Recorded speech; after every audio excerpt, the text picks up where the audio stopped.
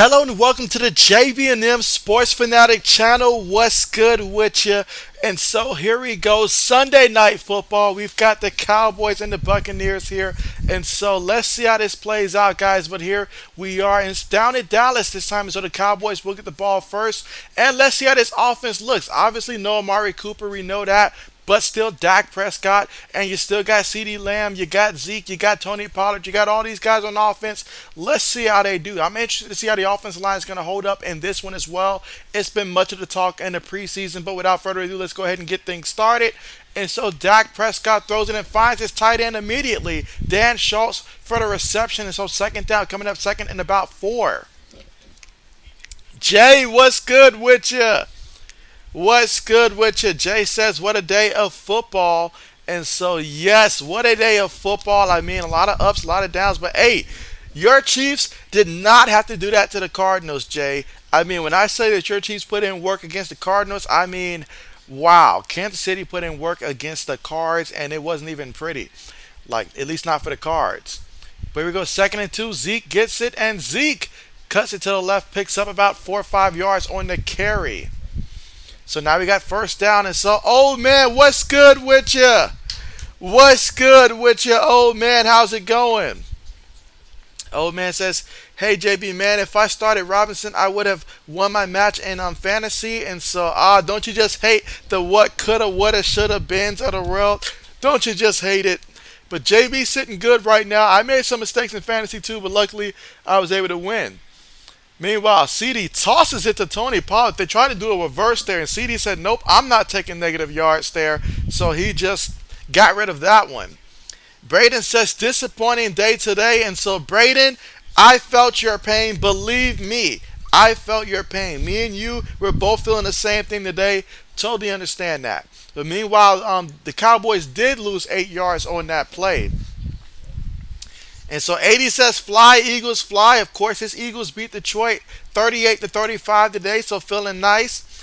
Carmichael, what's good with you? Meanwhile, quick pass there by the Cowboys, and it is caught, brought all the way to about the 30-yard line. That was Houston, the receiver, for the reception. Third down coming up. And so, but yeah, Carmichael, 80s, how are you guys doing? As the old man says, JB, after seeing how other teams that are better than New England lose, I'm not as upset as I was earlier.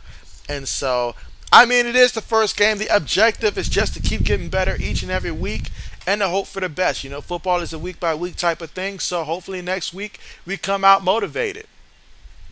Meanwhile, Prescott throws it, and it is caught by CeeDee Lamb. That's going to be a first down, fresh new set of downs there, and he was working Logan Ryan at cornerback, it looks like. But a first down here for the Cowboys.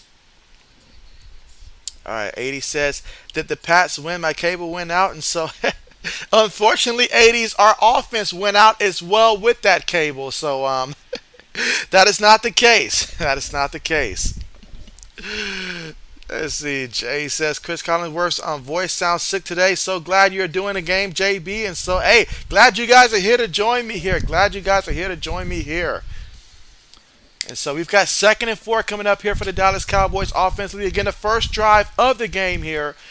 And so Cowboys really want to start this off with a touchdown here and try to send a message here to Tampa's defense. They're already on Tampa's side of the field from their 47. Takes the snap, gives it to Zeke, and Zeke going to get the first down. And so, of course, Zeke, you know, he has to go out and perform this year. You know, this is it. There's no more, they're not going to let me go because of my contract. No, this is it. So Zeke has to look good this year. And for his NFL career at this point, you got to go out there and prove it. All right, let's see. Carmichael says, Braden, I want an apology. Braden says, Patrick Mahomes, Lamar Jackson, and Josh Allen, early MVP favorites. Hey, Mahomes went out there balling out.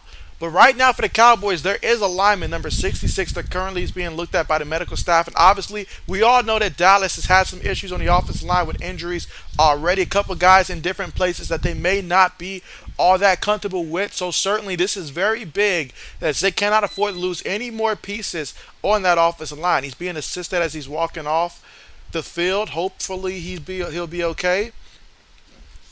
That's the old man says, JB, we beat ourselves. We were a couple plays away from winning. I still have hope. And so that's right. We still have hope. It's week one, so you don't want to overreact either direction. Don't want to overreact either way. Brandon says, I apologize, Carmichael. Mr. Trubisky looked good.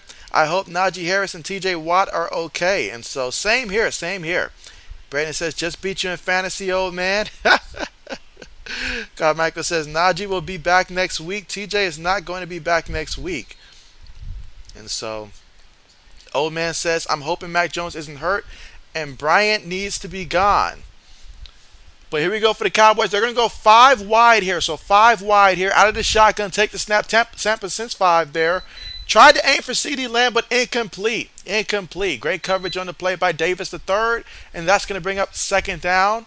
Again here in the first quarter. 11 minutes and 7 seconds to go. First drive of the game here by the Cowboys. And by the way, Carmichael, I saw the trade that you sent over. It is actually a pretty good trade. Although I do want you to just cancel the trade you sent and just send straight up in terms of just sending Gibson straight up for, I forgot the guy who you were targeting there. But yeah, just because I don't want to have to drop anybody that I currently got on my team, and I don't plan on keeping Devontae Parker if you did send him to me. So yeah, just go ahead and just make it straight up Gibson in exchange for Juju. Because I'm thinking about it. I'm thinking about it. All right, let's see. Braden said, did you watch the Packers versus Vikings? I saw the highlights on NFL Red Zone, and it was not looking good. I saw Watson drop that wide open touchdown. I did see that. All right, but here we go for the Cowboys here. 3rd and 8. Lamb goes in motion. They take the snap, throws it. It's caught there by the receiver, and that's going to be a first down. That is Brown, Noah Brown, the receiver for the Cowboys. And so I remember last year I watched a couple games from Noah Brown, obviously a little bit lower on the depth chart, but I do believe the kid has a lot of talent. So I'm excited for him with the opportunities here that will be available here for the Cowboys when they go multiple receivers out there. Jay says Elliott's visor looks cool. And so, yeah, it does. It does. But here we go. 1st and 10 here for the Cowboys. Again, they're right now at the 31-yard line of the Bucs. And so they're running a trick play here. And so Tony Pollard got the direct snap, kept it, and he's brought down for a loss. Tampa not falling for it. So we got second coming up. Second down. Again, first quarter at 9 minutes and 35 seconds to go. And again, the Cowboys have had the ball offensively here the entire time so far here, trying to find a way to see if they can open up this drive with a score. Old man says, yep. GG Braden, I should have put Robinson in. I thought he wasn't going to be good today. All right, 2nd and 11 here. Tony Pollard's in the game as the back. Prescott throws it. Incomplete. He tried to hit it to CeeDee Lamb there on a quick pass there, but ultimately just a bad throw there. And so 3rd down coming up, 3rd and 11. Let's see. Carmichael says, if I didn't start Allen Robinson and Devontae Parker, I could have won. I still have Dallas's defense. 80 says, poor Baker. How do you guys feel about how Baker Mayfield played today? I know they lost and stuff like that, but I feel like his performance that he had right there, that's about what I expected from Baker Mayfield, honestly. As long as Christian McCaffrey's in the lineup, they will have a chance. But here we go, 3rd and 11. Prescott throws it. Overthrows everybody there, was a little bit behind Dan Schultz, and so incomplete. 4th down coming up. 4th down coming up. Let's see. Braden says, my other 2 fantasy teams got blown out and Pick'em isn't doing too well. Braden, this sounds like a bad day all around. A bad day all around. All of my fantasy teams, they went out there and they look great this week. Undefeated this week. Let's see, Carmichael says next week Steelers versus Patriots. And so, man, I saw how that Steelers defense was picking off Joe Burrow left and right, especially early in the game. It wasn't until really the 4th quarter until Burrow started actually completing some passes and stuff like that. But that defense helped me out a lot in fantasy football because my opponent had Joe Burrow and Jamar Chase. But meanwhile, the Cowboys get a field goal here. And so that's going to give them a 3-0 lead, a pretty far field goal indeed, and they connected, and so they score in their first opening drive in the form of a field goal. So they are now up 3-0, and when we come back from the commercial, we'll get to see Tom Brady and the Buccaneers offense for the first time in this game. All right, let's see. But yeah, Steelers and Patriots next week. 80 says Tampa Bay or Cowboys, and so 80 wants to know Tampa Bay or the Cowboys. Who you guys got? And so, matter of fact, give JB a moment. I'll set that up here in the chat to see what you guys are thinking. But again, we're currently right now at the commercial because the Cowboys have kicked the field goal and now they're up 3-0. All right.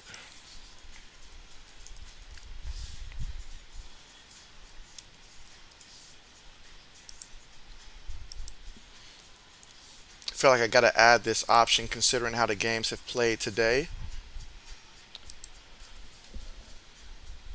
All right, there we go. All right, so that's for you, 80s. Went ahead and asked the question up there for you. All right, let's see where we are right now. All right, so Braden says Buccaneers. Carmichael says, okay, I will do that in a bit. 80 says, me too, Braden.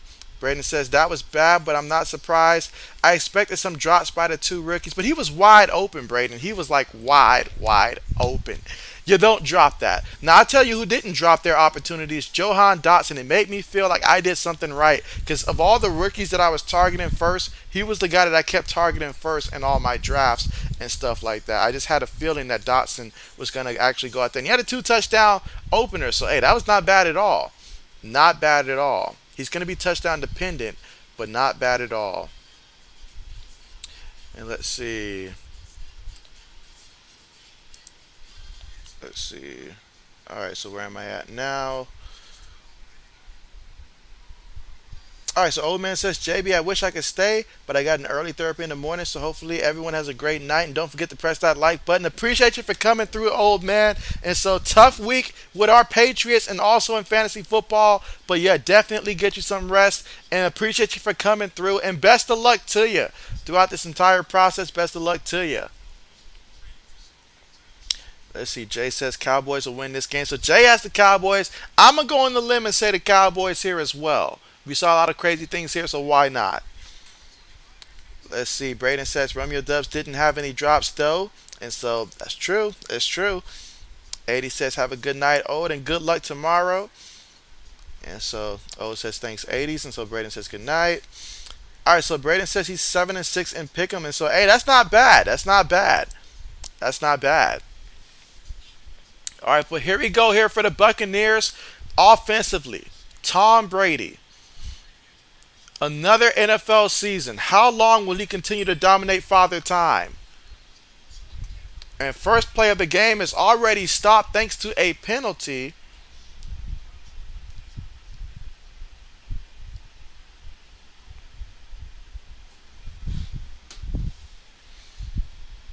All right, let's see how we're doing right now on the voting so far. All right, so basically, of the 5 votes, we have 4 for Tampa and 1 for Dallas, and no ties so far on the poll. 80 says he hates the tie. Why don't they change the rules? I agree with you, 80s. Like, why change the rules? Let them play in the current format, but just take the clock off. Take the clock off. We're in a professional league. Should be no ties. Meanwhile, Chris Godwin here with the big time play. So, I mean, for him to be someone that we did not really know for sure if he was going to play until today, he's out there looking great on that play. And that time, Tampa Bay just threw the ball to him quick and let him do what he does. Carmichael says, in one of my leagues, I am starting Mike Evans. Okay, Carmichael says, he almost had a heart attack today. Didn't even watch overtime. Man, I just want that game to end at that point. Like, really. Meanwhile, they give the ball to Leonard Fournette off the left side. He's going to pick up a yard on that one before they stop his forward progress. Again, first quarter with 8 minutes and 20 seconds to go. Dallas up 3-0, but this is Tampa's first possession of the game. And, of course, last year, Brady over 5,000 yards passing, over 40 touchdowns, just 12 interceptions, 68% completion. I mean, Tom was putting in work last year. But he doesn't have his guy Gronk out there now, and so the team looks a little different here. All right, Jones goes in motion. Again, that's Julio Jones there. Brady, play fake, in the pocket, has time, throws it, complete to Mike Evans. That's for you, Carmichael. To Mike Evans with the reception.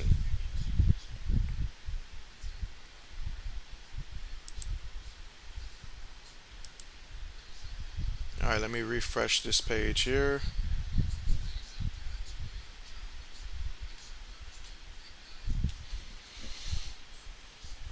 But yeah, the reception by Mike Evans on the play. All right, so we got a fullback in the backfield. Brady up under center. Two receivers at the bottom of the screen. Brady takes the snap, gives it to Leonard Fournette. Off the left side, lowers his shoulder, knocks someone to the ground, falls forward, picks up a solid 7 yards on the carry. Leonard Fournette taking it to Dallas 27-yard line, tackled by Curse.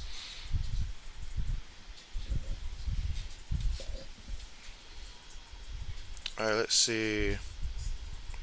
Jay said Baylor had a crazy double. That's why it was two overtime game last night. I did watch that game. BYU with the impressive victory versus Baylor. I know most people would sleep, but I watched the entire game. But here we go. Brady up under center here. Tight end goes in motion. One back in the backfield. Takes the snap. Gonna give it to Leonard Fournette. Leonard Fournette lowers his shoulder. Gonna fight forward. Still fighting forward. Picked up a yard on that one. Dallas defense did a good job. So third down is coming up. So 3rd and 1 here at the Dallas 25-yard line. So far in this drive, 5 plays, 50 yards in about 2 minutes and 35 seconds to turn time possession off the clock. Carmichael says Saquon did great today. He got 33 points for the other team. And so, I mean, hey, that's great for him, though. That's great for him. I still don't trust him, though. Still don't trust him. But that was great for him. That was great for him. I did see him get into the end zone on one highlight. Brandon said, what team impressed you the most? The Bears, the Giants, or the Texans? And so, meanwhile, got him in the backfield there. So, Dallas defense coming up with the big stop there against Leonard Fournette. That time they were thinking run. They got in the backfield and they stopped them. 4th down coming up. But yeah, Braden, of those teams, in terms of who was the most impressive, Bears, Giants, Texans, honestly, I feel like the Texans really impressed me because I had projected the Bears to win that game because I really just didn't know what to expect from Trey Lance. So I won't say the Bears for that one. The Giants, Titans missed the field goal, but Houston surprised me. I thought Indianapolis was going to win that game. I was pretty certain about that. So Houston was a pleasant surprise for me. Meanwhile, Ryan Suckup kicks it, 44-yard field goal attempt, and that is good. I'm sorry, 55 yards, so that is good. All right, so we're all tied up here. A pair of field goals. Both teams have had the ball, and both teams have settled for a field goal and made it. So, therefore, we're tied 3-3. And, of course, if anybody else saw the earlier games today, field goals are very critical as quite a few teams struggled with the special teams unit today. Mike says, JB, a thumbs up. Is that good? That's great, Mike. As always, appreciate you, Mike. And so, Mike, how did you feel about today? Knowing that your team obviously already took care of business last Thursday, what games really intrigued you and what team stood out to you? Matter of fact, everybody let me know what team stood out the most to you today when you watched them play. Let's see, Carmichael says, I didn't start my Steelers defense today in the league. Who did you start over them? I guess I'll ask, who did you start over them, Carmichael? But I'm surprised that you didn't start your Steelers defense. I'm shocked. All right, so 80 says the Bears. 80 says Justin Fields improved. And so more like they got rid of Matt Nagy. It's addition by subtraction. They got better by getting rid of Matt Nagy. I knew Matt Nagy was not going to be the guy because Matt Nagy, before we even started the season, he was already out there just, like last year, just wanting to go with Andy Dalton and stuff like that. That was his guy apparently. So it is what it is. But yeah, but he did do a good job though. He did a good job. Let's see. Jay says Cowboys run stop right there was impressive. And so it was. Let's see. Carmichael says, let's go Dallas defense. Mike says, JB Malik is my guy, but I said the Titans roster garbage. And so we saw that today. And so Eli says Giants are better than the Pats. That is not the case, but okay. Mike says Falcons surprise. 80 says the Eagles.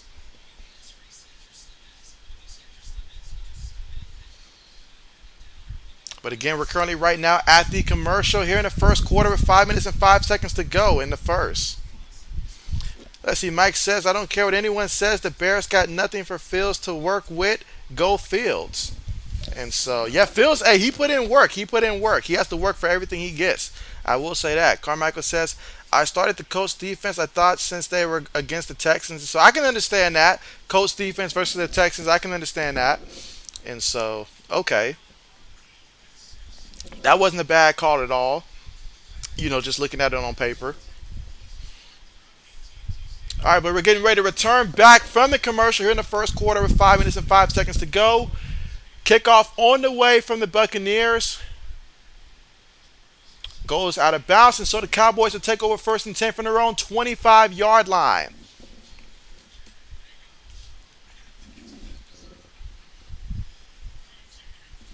So second offensive possession here for the Cowboys coming up.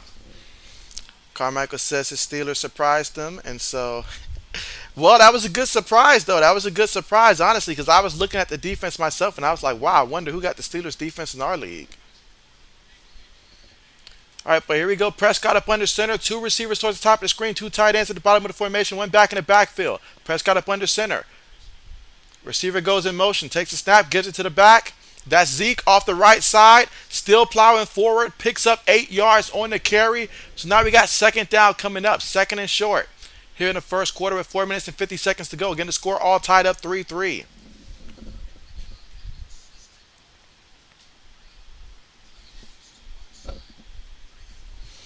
Let's see, Mike says, JB, we all call Steelers, am I right? And so, well, you guys know JB called Steelers there. I got it on film. Now, I did make a couple mistakes with my picks and stuff like that, but I got that one right. All right, so now the Cowboys, they motion the tight end out at the top of the screen. Takes a snap, and before they can do anything, a penalty on the play. So they're going to stop the play. So false start on the offense. Let's see. Carmichael says Braden said the Bengals. And so he's not going to let Braden forget that. Not going to let Braden forget that.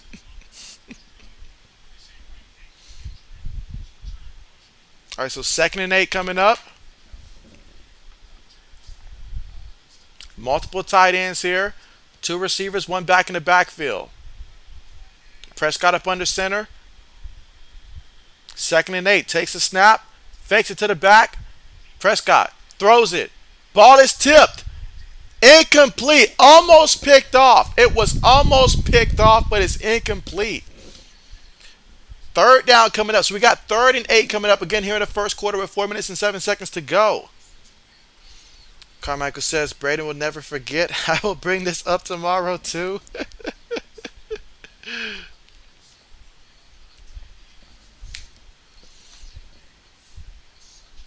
But yeah, that time the linebacker elevated up there, got a hand on the ball. That was David, the linebacker, that went up there and tipped it. Almost a turnover there. But here goes the Cowboys, 3rd and 8. Prescott in the pocket. Gets hit while he tries to throw it in the direction of Dan Schultz there, but it's incomplete. So 4th down coming up for the Cowboys.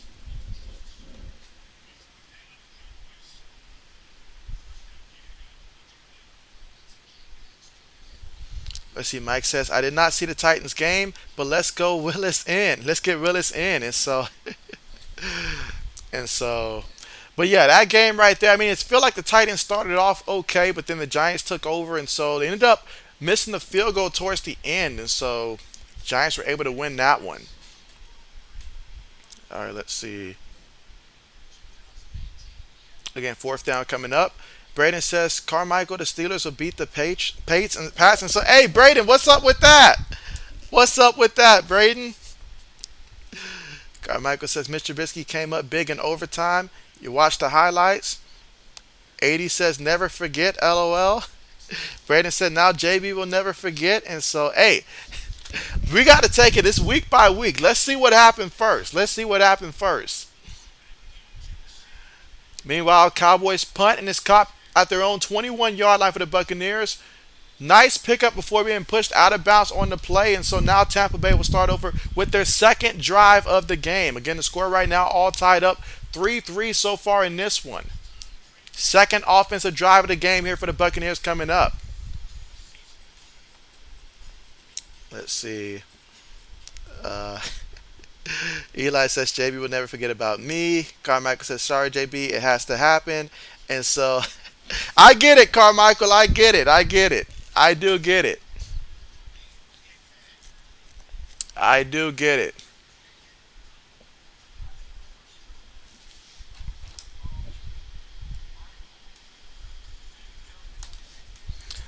Let's see. Carmichael says, Eli, you're here.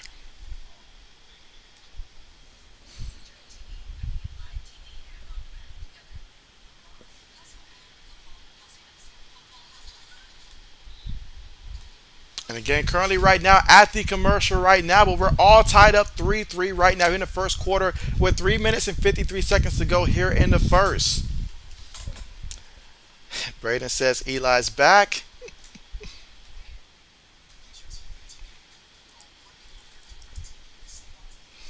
Carmichael says, JB, your favorite player is here.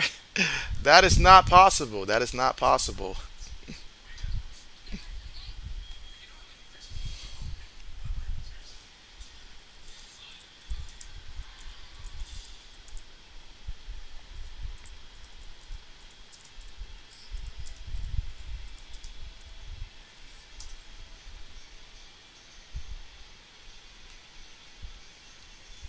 Mike says Eli Goat.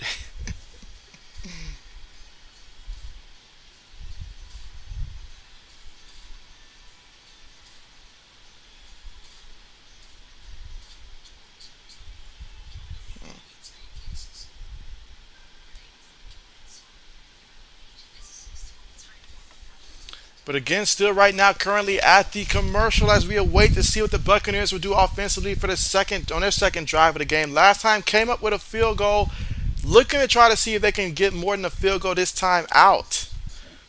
Let's see. Carmichael says, JB, I sent the trade, and so okay, bet. Yeah, I'm still thinking on it. I'm still thinking on it there because I do like the upside that he does bring there, but I am thinking about it. I saw Gibson today, how he looked out there. He looked great out there. So I got to think about that one for a little bit.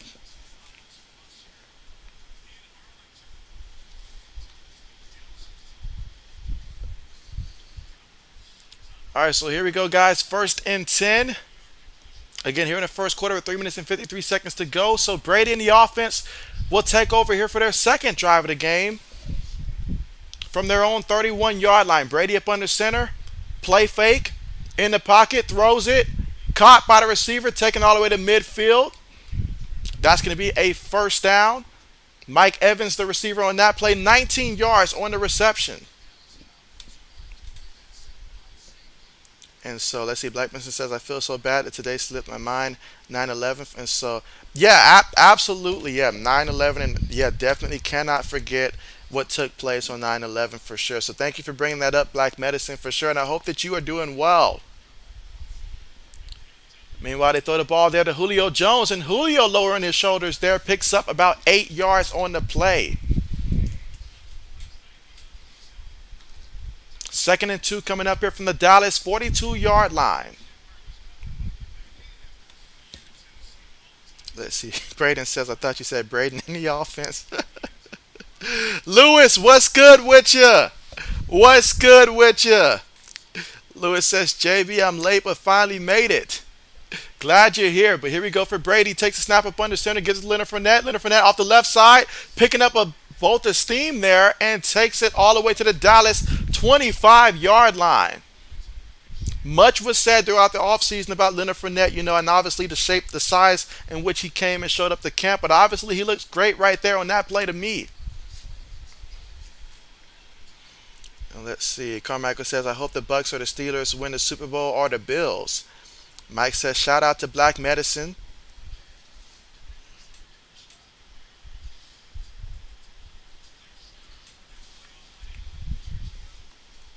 Mike says, JB, did you watch the Pats game? Can we get your take? And so I only got to see the highlights the NFL Red Zone showed because I don't have DirecTV package. And quite frankly, they didn't show the game in my area. So I didn't get to watch the full game. Only saw some of the highlights, or I should say lowlights, that took place today. Yeah, but Brady passed the ball, was incomplete over the middle. Second down coming up, second and 10. Again, first quarter with 1 minute and 56 seconds to go. All tied up 3-3. This is the second drive of the Tampa Bay Buccaneers here offensively. And so trying to get the first touchdown of the game. Let's see. Mike says shout out to Black Medicine. All right, here we go. Brady takes a snap, gives it to Leonard Fournette. Leonard Fournette off the left side. They're having tremendous success running it off the left side with Leonard Fournette. So we got third down coming up here. Picked up 5 yards on the carry. 3rd and 5 coming up. A minute 40 left to go here in the first quarter. And let's see. Carmichael says, but JB, what happened to your Patriots? And so, I mean, the final score was 27. And so Mac Jones, I remember I saw in the highlight Mac Jones did get hit and it was like a bit of a fumble. So Miami picked up the ball in the end zone on that play. So that basically they scored that one touchdown. So for me, that means if you take away that touchdown that Mac Jones gave up, the defense really gave up about 13 points. So that's not bad for the defense. And offensively, though, we look lost. We look lost out there. I was looking at the stats and stuff like that. And so offense got a lot of work to do. But I was just encouraged by the defense, honestly. That's about as good as you're going to get from me today. But yeah, that time, Brady tried to get it to Julio Jones there, but incomplete. Let's see. Lewis says, been busy this weekend doing research on games. Nice, nice. All right, so here we go. Ryan Suckup. 38-yard field goal attempt. Kick is up, and kick is good. So Tampa now takes the lead so far with the battle of the kickers so far in the first quarter. Tampa Bay up 6-3 after that field goal. A minute and 6 seconds left to go here in the first quarter. And so Mike says, who, JB? Who's your Pats quarterback? Carmichael says Mac Jones is still questionable for next week. And so that's going to be a storyline that we continue to follow throughout the rest of the week for sure. Braden says, story time with JB and friends. Mike says Brady overthrew Julio. And so that he did. That he did. 80 says, let's get some touchdowns. So 80 wants some touchdowns here. He wants some touchdowns here. But again, we're currently at the commercial.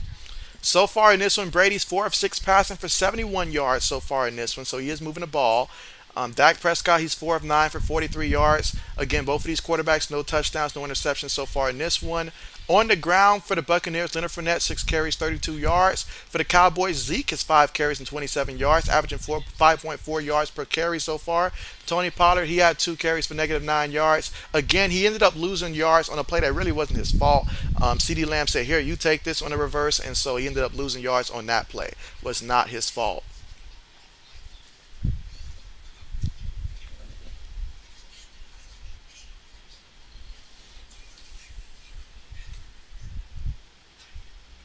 Mike says JB avoiding stuff, and so what is JB avoiding? What is JB avoiding? Carmichael says no, Brady cannot score touchdowns. I need the defensive points.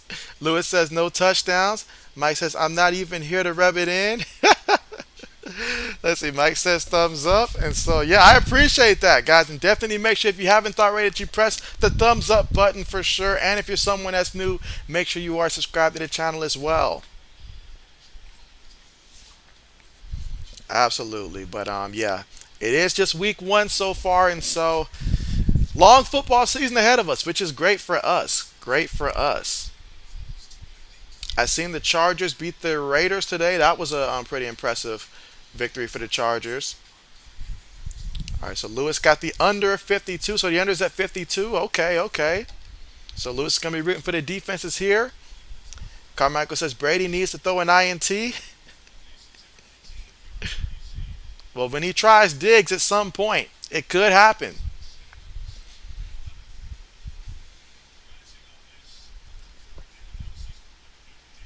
Kickoff on the way by the Buccaneers. All right, so we got a return here from the Cowboys. And so we'll get to see the Cowboys offense once again. And so far, we've seen all field goals so far in this one. There is a penalty on the return. Here again, first quarter, a minute and 1 second left to go. Buccaneers up 6-3. And so 80 says, I blame the Pats loss to the outside linebackers coach. Mike says, I sat through 20 years of horrific Bills football. If you ever need someone to talk to, JB. And so I appreciate that, Mike. I appreciate that. I appreciate that.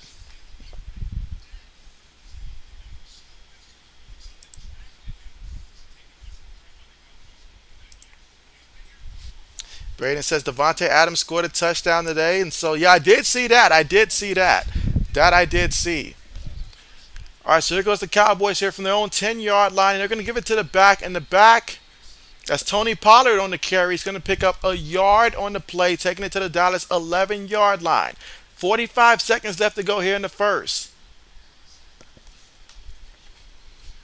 Lewis says, which was more impressive, the Giants win or the Bears beating the 49ers? And so I would go Bears winning that one. I would go Bears winning that one. Justin Fields versus Trey Lance. I'm going Bears on that one.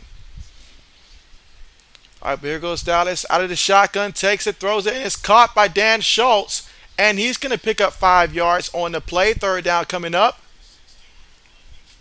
Carmichael says, JB, I sat through watching Mason Rudolph sit on starting 2019 and Dudge. Oh, that's right. I forgot about Dudge Hodges and stuff like that. That was bad. That was bad back then. That was tough. All right, but third down here for the Cowboys. And again, due to field position here, they want to keep this drive going. They're at their own 11 here. 3rd and 4 coming up. But they'll have to hold on here as it's the end of the first quarter. So at the end of the first quarter, currently right now, the score is Buccaneers 6, Cowboys 3. And so, Cody, what's good with you? What's good with you? Let's see. Cody says, do you think the Diamondbacks games are the LSU games or 49er games and play the sound for the game? I'm sorry, do you do that? Okay, so when it comes to how I go about, selecting NFL and college football, because those are the sports that I cover this time of the year. When it comes to those sports, I typically, for the NFL, choose the primetime matchup. So whoever ends up playing Monday Night Football, Thursday Night Football, along with Sunday Night Football, those are the games that I typically stream throughout the NFL regular season. And then college football, I usually choose, based upon what's a good matchup that day for Saturday. And so, but yeah, in addition to that, you'll get some basketball, but I mostly just cover football and basketball on this channel. But hey, appreciate you for coming through. Absolutely. Mike says, I can't say enough good things for the Bears. Mike says, forget Packers, JB. And so, ouch. Carmichael says, I am glad Mason Rudolph is not going to be here next year. And so, Bucks Zone, what's good with you? What's good with you? You say Cowboys getting steamrolled. And so, hey, let's see how it looks. Let's see how it looks. I want to see some fireworks here, some touchdowns, all of that great stuff, So I'm looking forward to it. I'm looking forward to it. And does anybody currently got any players that's currently right now playing on their fantasy football team that they're rooting for? Let me know here in the live chat as well if you have any players that's currently playing in this game that's on your fantasy football team for sure. Let's see. Braden says, come on, Mike. Let's see. Mike says, I told JB Mr. Trubisky is really good. And so it was one game now. It was one game, and that was really the weapons around them. But we'll see. We'll see. We'll see. I had you guys winning, but not because of Mitch. It was in spite of Mitch, in my opinion. But he did okay. He did okay. But again, we're going to get ready to start the second quarter here shortly. And Tampa Bay up right now 6-3. Start of the second quarter about to be on the way. Again, the Cowboys right now facing a 3rd and 4 from their own 16-yard line. If you are Tampa Bay, if you can get a stop right now, that would be tremendous in terms of field position.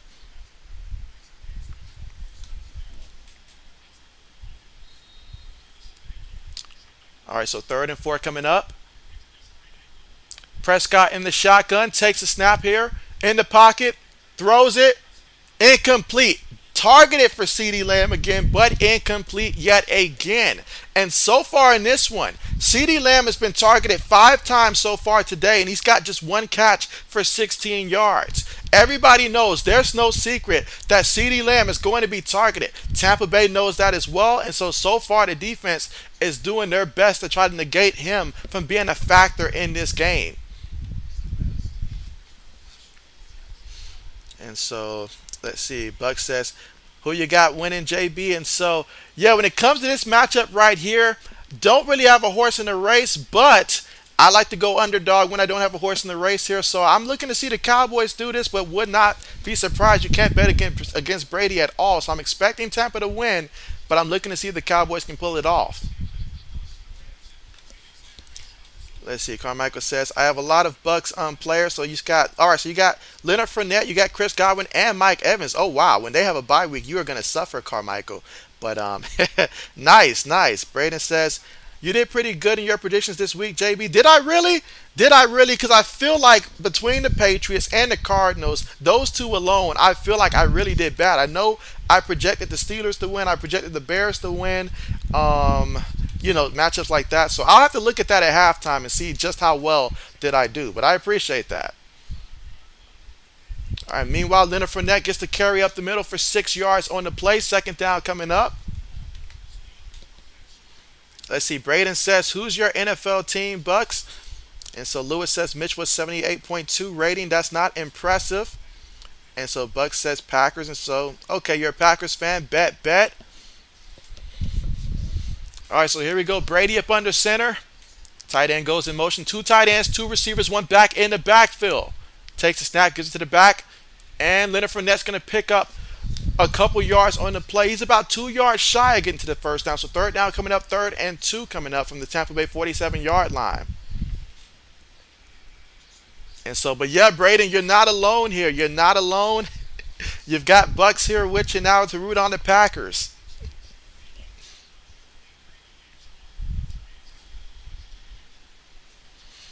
All right, but here we go. 3rd and 1. Here in the second quarter with 13 minutes and 35 seconds to go. Buccaneers up 6-3, trying to get a first down here to keep this drive going. Julio Jones goes in motion. They're going to give it to Julio. Julio picks up the first down and takes it into Dallas territory to their 47-yard line. Again, Julio Jones, the latest addition here to this receiving core.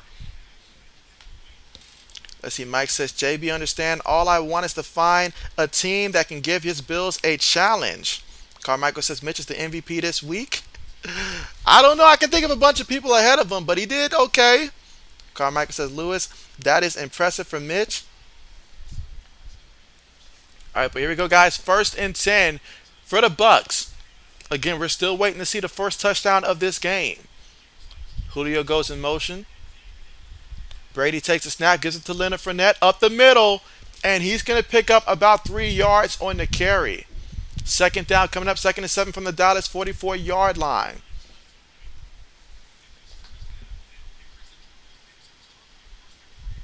Again, so far in this one, Leonard Fournette's got 9 carries for 44 yards so far in this one, averaging just under 5 yards a carry. 2nd and 7. They're going to line up in a shotgun formation. Leonard Fournette's going to go out wide. 3 receivers, 1 back, 1 tight end. Brady takes a snap. Dallas sending forward. Brady throws it. Complete to Julio Jones, who takes it all the way to the 31-yard line of the Cowboys. First down, Tampa Bay. Let's see. Mike says, shout out to the great Julio Jones. Braden says, let's go Bucks. Bucks say W. Carmichael says, JB, just don't think that Mitch will be an MVP.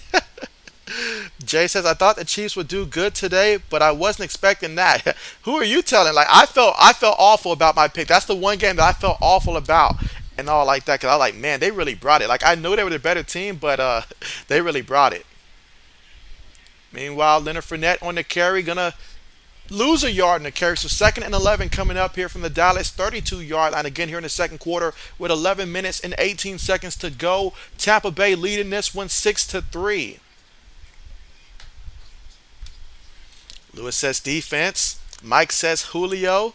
Let's see. Buck says this offseason killed a good Cowboys team. And let's see. 80 says Julio Jones is a future Hall of Famer. Mike says Julio Jones. Let's see. Eli says watch me and Peyton tomorrow on the Manning cast. All right, but here we go to the shotgun here for Tom Brady and the offense. Gives it to Leonard Fournette, who falls forward, picks up about 8 yards on the play. I mean, he's a big guy, and so when he gets moving, he can move people. Third and 2 coming up from the Dallas 23-yard line. So far this drive, 7 plays, 38 yards, about 3 minutes and 54 seconds in turn time possession on the clock. Let's see. Jay says, welcome back, Eli. Let's see. Buck says, I got Dallas going 0-17. So he's got Dallas going 0-17. Mike says, Ravens probably Bills challenge. Carmichael says, I almost cried when the Bengals scored a touchdown. Let's see. Jay says, Eli, we are going to be here watching JB instead tomorrow. Appreciate the support there, Jay. All right, so Brady tosses it to Leonard Fournette off the left side and picks up the first down.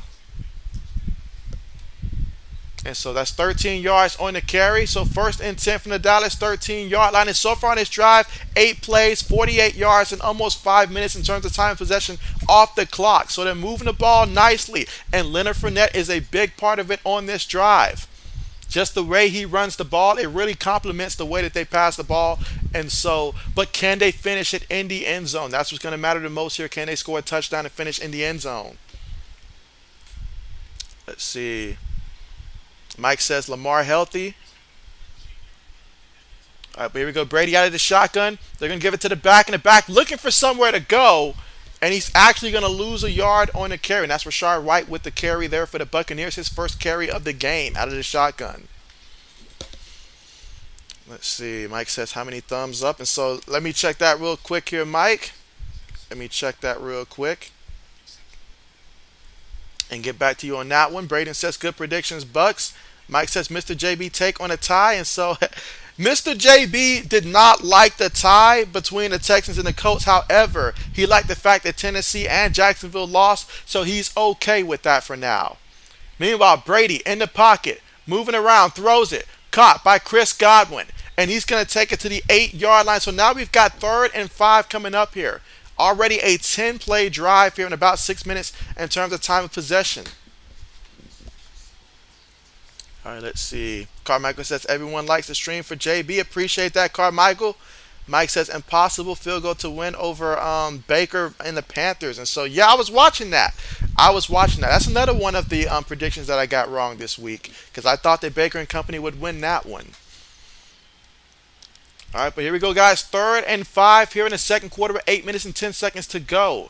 Out of the shotgun. 3 receivers, 1 tight end, 1 back. Leonard Fournette goes in motion. Brady's looking. Brady feels the rush, and he's brought down, and Micah Parsons was there first, got him by the ankles, and brought down Tom Brady. And so big-time sack on the play. That'll bring up 4th down and a field goal unit.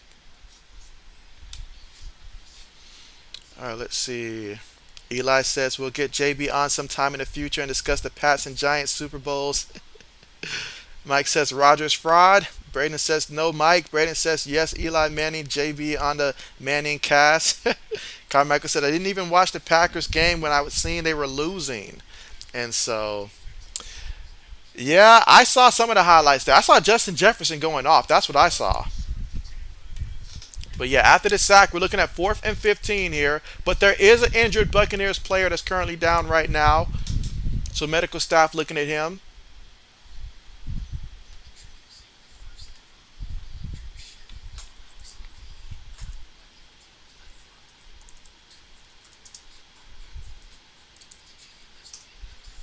All right, but currently right now at the commercial.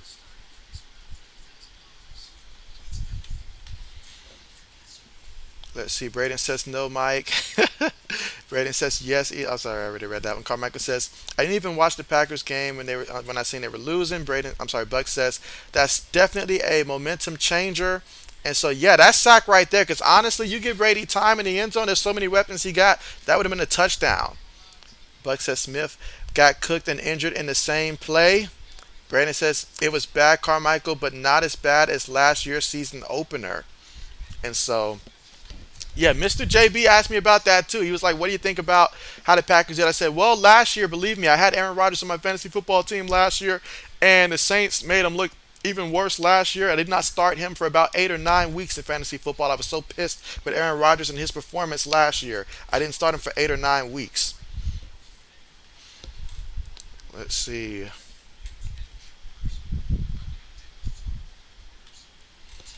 All right, so Braden says we had Preston Smith on, on Justin Jefferson for some reason, and so wasn't the best idea. Wasn't the best idea. But currently, right now, still at the commercial right now. Let's see. Mike says there may come a time, JB, where at first down they hand to JB and hand off to JB, and so that'll be the day. That will be the day. Buck said he's got Mika for Defensive Player of the Year. That's a great candidate, and I like it. Mike says, "Well, JB, I'm gonna pop you," and so, hey, rather you than Von Miller and company. Rather you than Von Miller and company. So I'll take that.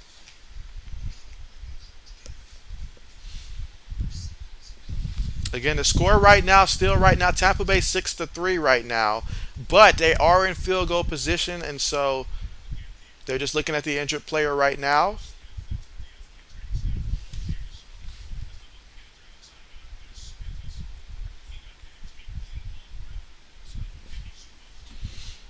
Braden says that game was terrible last year, and so yeah, I remember.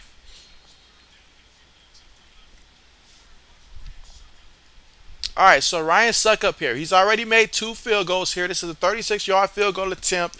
And so here in the second quarter with 7 minutes and 40 seconds to go, Buccaneers up 6-3, trying to extend the lead here. Snap is good, hold is good, kick is up, but the kick is no good. No good. He missed it. He missed it. So that just goes to show just how big that sack was on Tom Brady, because now they ended up missing the field goal after that and come away with no points to show for that long drive that they had that was over 10 plays. But yet they missed the field goal.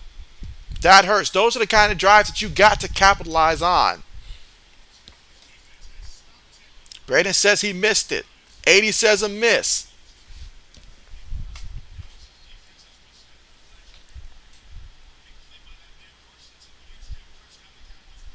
All right, so here we go, guys. Zeke in the backfield. CeeDee Lamb goes in motion. There's three receivers, one tight end, one back in the backfield. Prescott's up under center. Takes a snap here from his own 31-yard line. Play fake. Prescott throws it. Caught. CeeDee Lamb. Before he's pushed out of bounds there, but that's going to be a first down. But there is a penalty. There is a penalty.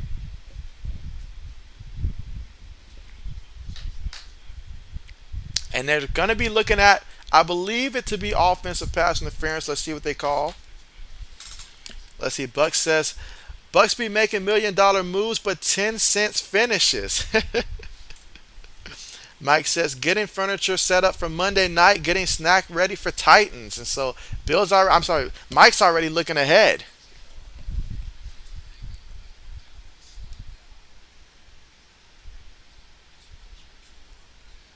And so, yeah, right now we're currently at 9 thumbs up here. So let's see if we can get to at least 15 before we reach halftime. Again, we're here in the second quarter with 7 minutes and 16 seconds to go in the second. Lining up in the shotgun, takes a snap, going to give it to Zeke. And so Zeke lowers his shoulders and picks up a good 5 yards on the carry. Second down coming up.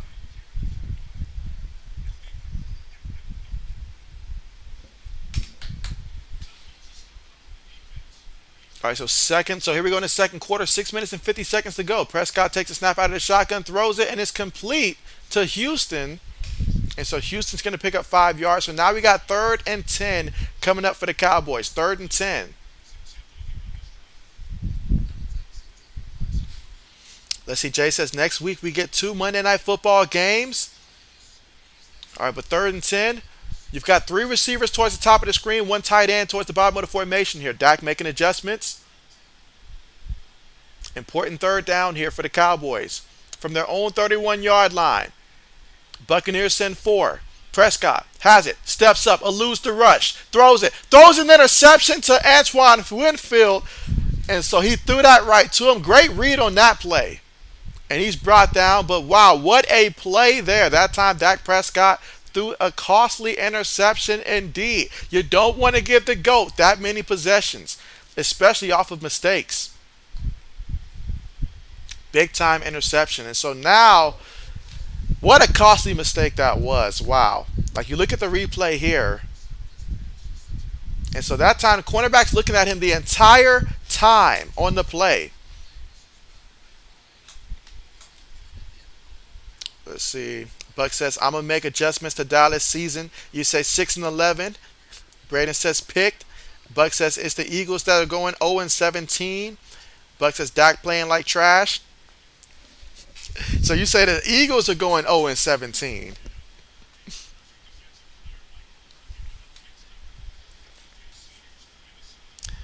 Eli says he's the GOAT. And so Brady takes a snap, gives it to Julio again on the end of round. And so Julio gets the first down, 12 yards. Buck says, not sure if it's Dak or the Bucks defense. And so it could be a combination. Could be a combination. But that play right there, honestly, I feel like if Winfield wouldn't have picked it off, 24 had a good shot at the ball as well. So I feel like that was on Dak that time. Let's see. Bucks says the Bucks. I'm sorry. Bucks is saying the Bucks are playing terrific defense. But here we go. Brady up under center here for the Buccaneers from the Cowboys 11. They go to Leonard Fournette. He hops outside, lowers his shoulder, takes it all the way to about the 5-yard line. So now we got 2nd and 4 here from the Dallas 5-yard line. So it still is possible to pick up a first down and not score a touchdown. But obviously they're thinking touchdown right now on this play. Again, here in the second quarter with 5 minutes and 15 seconds to go in the second. And Buccaneers up 6-3 right now. They've had the ball for the longest throughout this quarter. And so it's time they get some points to reflect the time of possession that they've had so far throughout the course, especially this quarter, but in this game.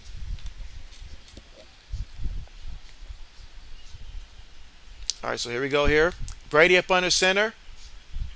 Fullback goes in motion, takes a snap, gets to Leonard Fournette up the middle. And he's going to be stuffed after picking up about a yard on a carry. Third down coming up, 3rd and 3. Again, 4 yards away from the end zone. Let's see, Mike says JB loves Brady.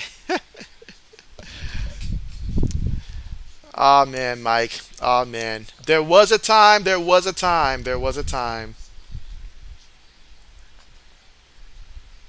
But now he's with the Buccaneers, so that is not my quarterback no more. So it is what it is. It's like a relationship. When you break up, you break up. That's just how it is. All right, but here goes the Buccaneers. 3rd and 3. Brady sacked again by guess who? Micah Parsons. 2 sacks. Look at that. I mean, he keeps sacking him like this. Brady's going to have to retire after this. Wow. Lewis says, uh-oh, broken hip.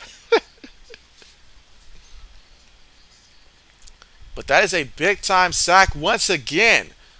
Cowboys mastering his bend but don't break type of defense. And I will say this, as you can see, there's one thing I noticed about Tom Brady that's different than most every other quarterback. When Tom Brady's about to get sacked, you see Tom Brady get really low and try to avoid taking a hit. But Micah Parsons is getting low with him and still hitting him.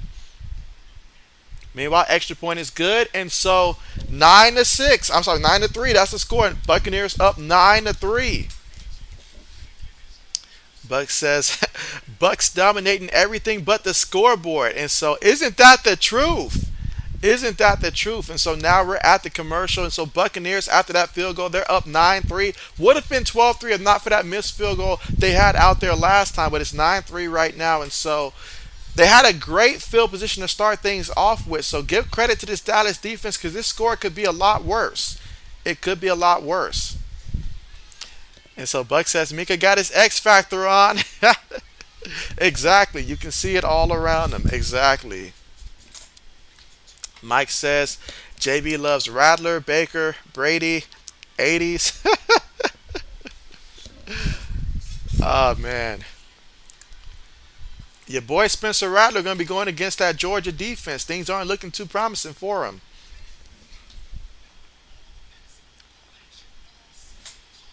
But so far in this one, Tom Brady, he's 7-9 passing for 99 yards so far in this one. He's been sacked twice by Micah Parsons both times. As for the Cowboys, Dak Prescott, he's 6 of 13 passing for 53 yards, no touchdowns, 1 interception. And as for the Buccaneers, as a team, they have 16 carries for 76 yards. Leonard Fournette is responsible for 13 of those carries and 60 yards. Meanwhile, for the Cowboys as a team, they have 9 carries for 24 yards. Ezekiel Elliott, he's got 6 carries for 32 yards, and Tony Pollard 3 carries for -8 yards so far rushing in this one. And as for the receivers so far in this game, Tampa Bay, well, Julio Jones, he's got 2 receptions for 21 yards. He's also got 2 carries for 17 yards as well. You look at Mike Evans, he's got 2 catches, 39 yards. Chris Godwin, 2 catches, 30 yards. And Leonard Fournette even got a reception for 9 yards as well. Meanwhile, for the Cowboys, right now their leading receiver is both Dan Schultz with 2 receptions and 12 yards, and Dennis Houston, 2 catches, 16 yards. CeeDee Lamb has been targeted the most. He's got 5 targets, but just 1 reception for 16 yards. And Noah Brown, 1 target, 1 reception for 9 yards so far in this one. Let's see, 80 says JB does have a Spencer Rattler jersey. Not the case. Not the case. Braden says, wear the jersey, JB. And so JB does not have a Spencer Rattler jersey at all. At all.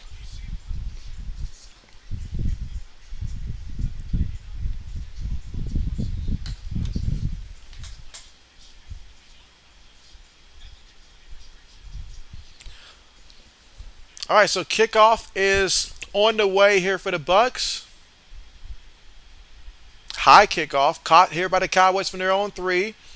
It's at the 15 and brought down at the 24-yard line, and that is where the Dallas Cowboys are going to take over. So here we are, second quarter, 3 minutes and 20 seconds to go here before the half, and the score that we're looking at right now is Tampa Bay up 9-3. So Tampa Bay, I mean, hey, they're out there moving the ball, but they only have 9 points to show for it. Meanwhile, the Cowboys trying to get things started offensively.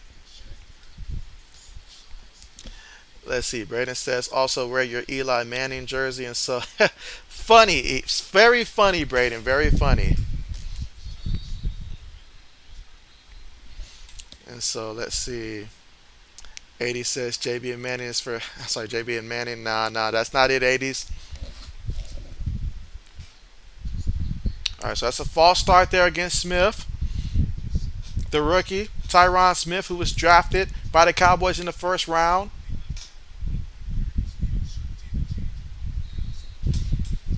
Again, 3 minutes and 20 seconds to go here in the second quarter. Prescott up under center. Receiver goes in motion. Takes a snap. Gives the ball to Tony Pollard off the right side. And Tony Pollard, nice pick up there on the play. Going to pick up 6 yards on that carry. 3 minutes and 10 seconds to go here before the half. And so Braden says, is Eli Manning still here? Lewis says, let's see, T.E. Darnell Washington from Georgia is a beast. And so the tight end. And so, oh yeah, he looked good. He did look good. And so Eli says, I'm still here. Didn't know your last name was Manning. And so that's because it is not. It is not. And so Prescott there keeps it and takes it all the way to the 37-yard line for the Cowboys here. And so we got a first down here, 1st and 10 from the Dallas 37-yard line.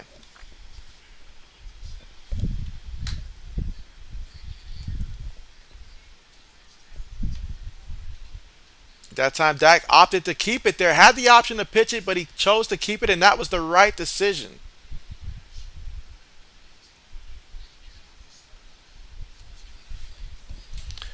All right, so here we go. Prescott up under center. Brown goes in motion, takes a snap here. Prescott throws it across the middle. Incomplete in the direction of Noah Brown on the play. Incomplete. Second down coming up. And so Buck says, you look like a Joshua to me. And so appreciate that. Appreciate that.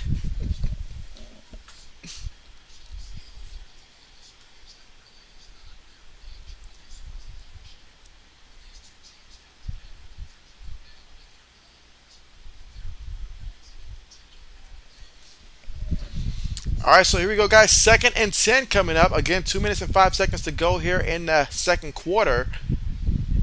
And so Prescott up under center. Takes a snap here. Looking to pass. Throws it over the middle.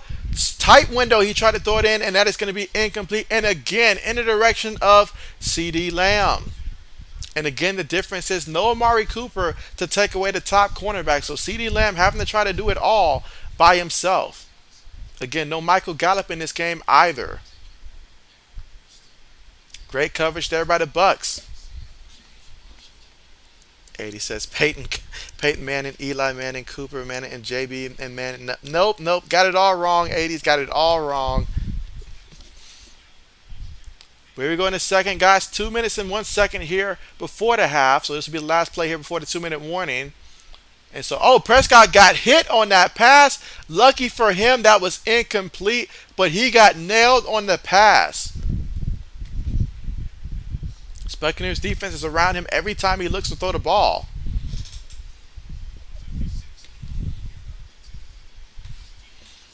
Braden says you forgot Arch Manning 80s.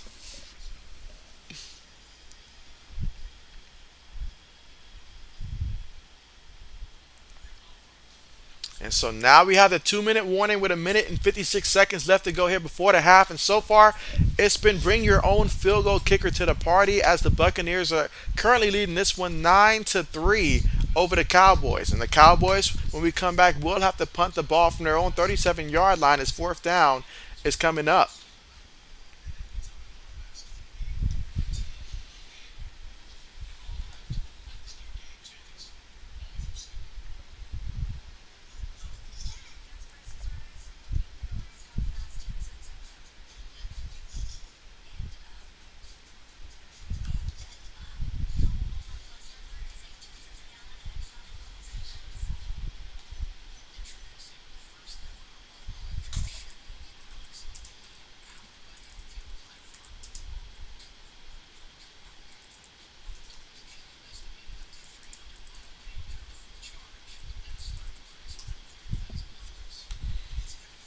And just a reminder that tomorrow we will be watching the Broncos versus the Seahawks there. So Russell Wilson versus his old team, the Seattle Seahawks. That will be the Monday Night Football matchup that we will be watching tomorrow on the stream.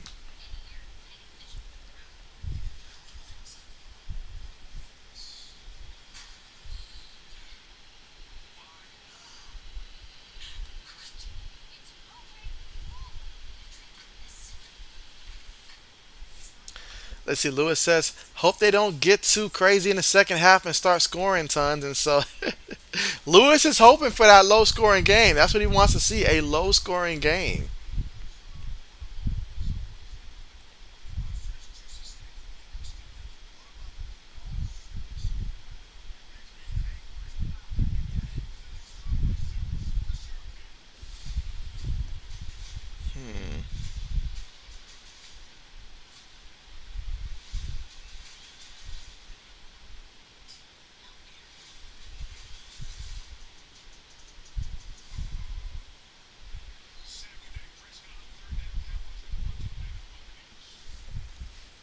All right, so getting ready to return back to the action again after that 2 minute warning.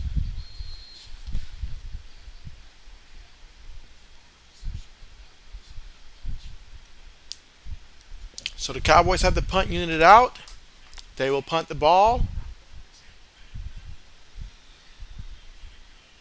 And so the ball is taking a bounce and picked up by the Cowboys there at the 11-yard line. And that is where Tampa Bay is going to start off. And they have 1 minute 46 seconds to go here before the half. And of course, all three timeouts to work with as well. Both teams have all three timeouts so far in this one. So we will see. Can Brady in the offense finally get a touchdown here with the 2 minute warning coming up? Or will Micah Parsons keep making life difficult here for Brady and the offense of the Buccaneers?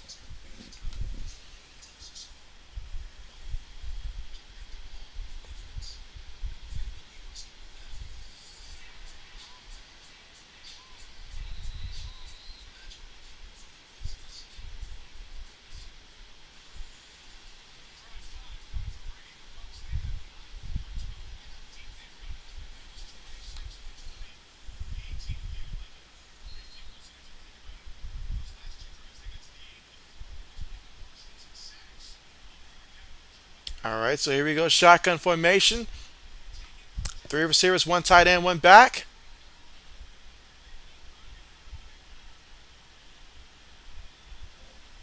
Brady takes a snap, throws it, and it's caught by Chris Godwin. He's going to pick up about 5 yards before going out of bounds there. 1 minute 41 seconds left to go here before the half.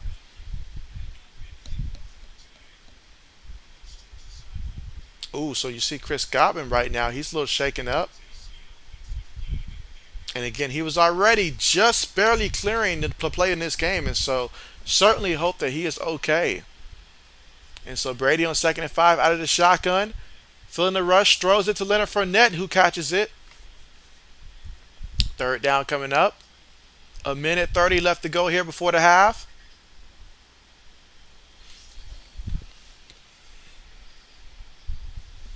Jay says, who is your favorite team, JB? And so, yeah, my favorite team, yeah, the Patriots are my favorite team. Patriots are my favorite team.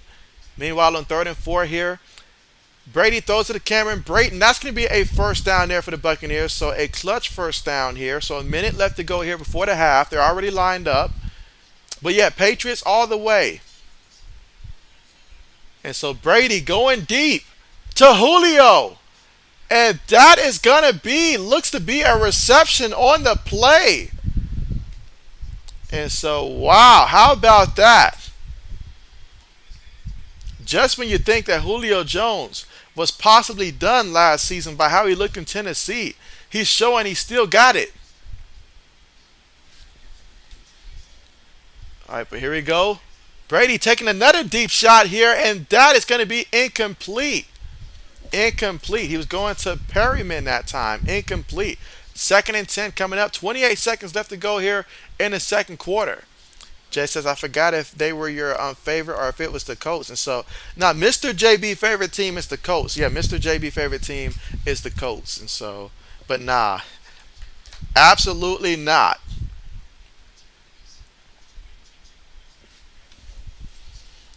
80 says, awesome catch. But yeah, that was a great catch. Great catch.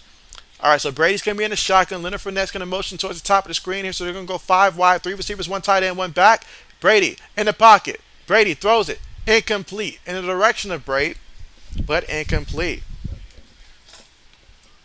Let's see. Buck says, kind of risked it to throw that type, throw it near Trevon. That's where he excels at. And so, true. That is true. That is true. It is a risk.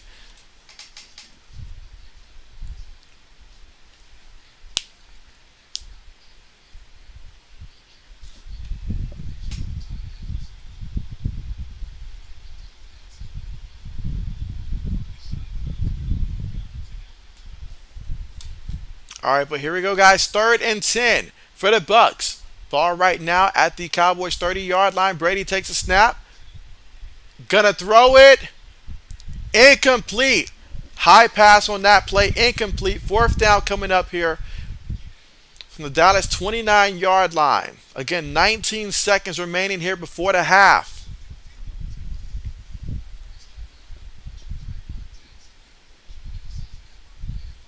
Jay says Cowboys D doing a good job on 3rd down.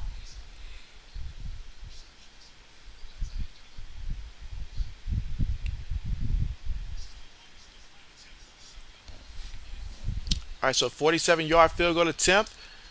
They're going to stop the play due to a timeout. And that is Dallas timeout.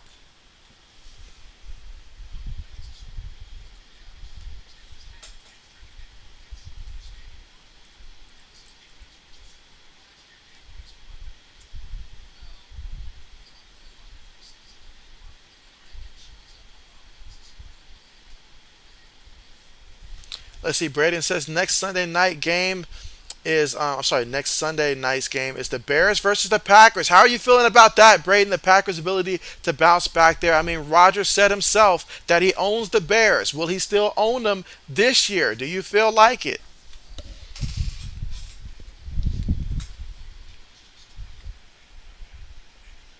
All right, a 47-yard field goal attempt here by the Bucks.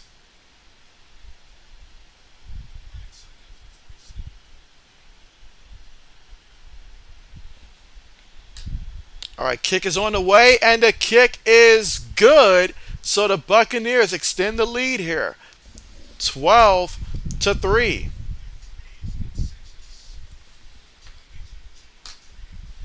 And so right now, obviously, Tom Brady getting a little frustrated there with the offense there. Keeps settling for field goals. He wants touchdowns. Let's see. Buck says Tom Brady got a lay off the off the weed. He's lucky it was overthrown, or it would have been an interception. Braden says, I think we'll bounce back and win. So he's got them there. I need a big game from Aaron Jones. I got him in one of my fantasy leagues there. And so this week, didn't really need it. The person I was playing against, probably did the worst of everybody in the fantasy league. But I need him to step it up next week and be even better. Lewis says, it'd be nice to see the Bears start the year 2-0 and Green Bay 0-2. That's Lewis versus Braden's team. Jay says Cowboys D is doing good. They just need the offense. That is true. Braden says Tom Brady and Morgan Freeman. Andrew, what's good with you? What's good with you? How's it going? And how is fantasy football treating you today? Let me know. Braden says not happening, Lewis.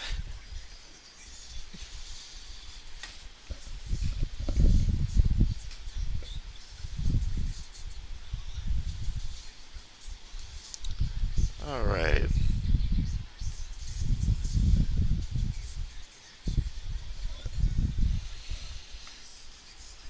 But again, currently right now at the commercial with just 14 seconds left to go before the half. So we're not at halftime yet. We still got 14 seconds left before the half. But Tampa is up 12-3.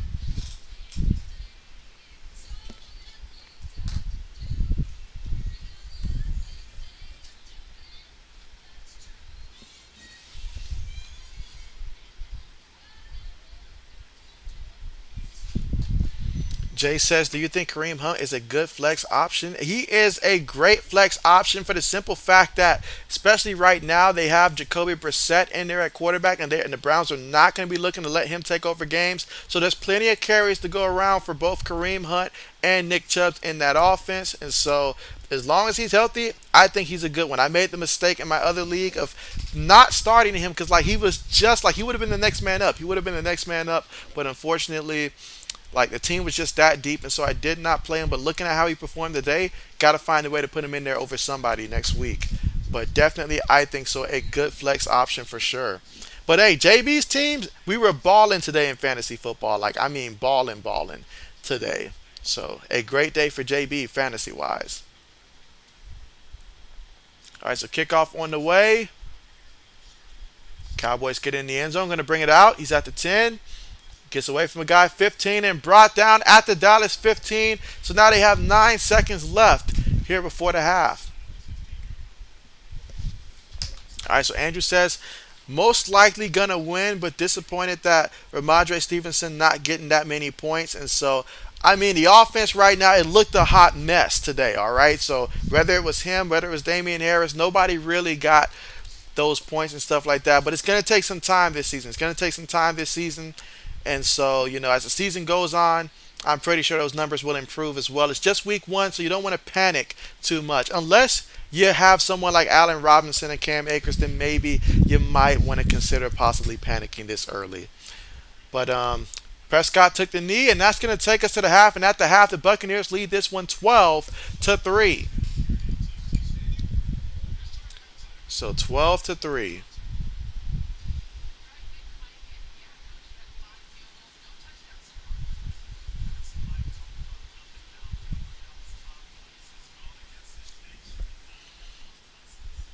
So let's see, at the half, 12-3. So let's take a look at these stats real quick.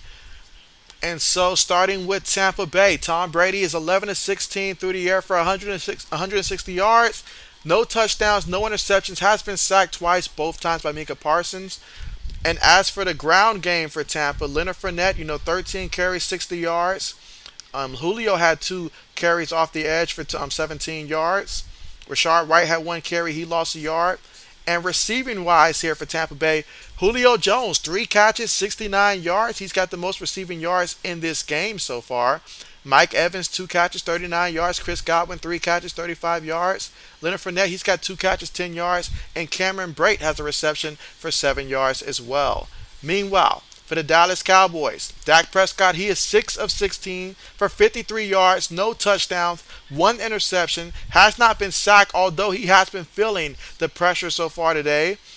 And on the ground for the Cowboys, Zeke's got 6 carries for 32 yards, Tony Pollard 4 carries, -2 yards, and Dak Prescott's got 2 carries for 11 yards as well. So as a team, 12 carries for 41 yards. As for Dallas on receivers, CeeDee Lamb targeted 7 times, just 1 catch for 16 yards so far here. So highly disappointed with his efforts so far today. Then you got Dennis Houston. He's got 2 catches for 16 yards. Noah Brown 1 catch, 9 yards. And Dalton Schultz, he's got 2 catches, 12 yards as well so far in this one. So Dallas receivers wanting the ball more. So Dak Prescott's going to have to find a way to get them the ball. All right, let's see. 80 says boring first half, so 80s is not impressed. Buck says this game could go either way if the Cowboys turn up the offense in the second half. And you know, the moment the Cowboys turn up the offense, that's when Brady and the Buccaneers are going to turn it up to the next level as well. I guarantee that. 80 says JB Nation International halftime show.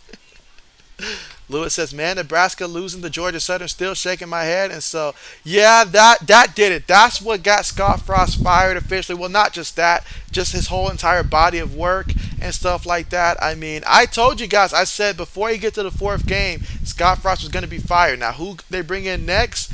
I mean, who knows? You know, I've heard a couple rumors about Urban Meyer and stuff like that. So what do you guys think about the possibility of perhaps Urban Meyer going to a team like Nebraska? Do you guys like that idea of Urban Meyer going to a team like the Nebraska Cornhuskers? Let me know who should be that coach for Nebraska, him or whomever.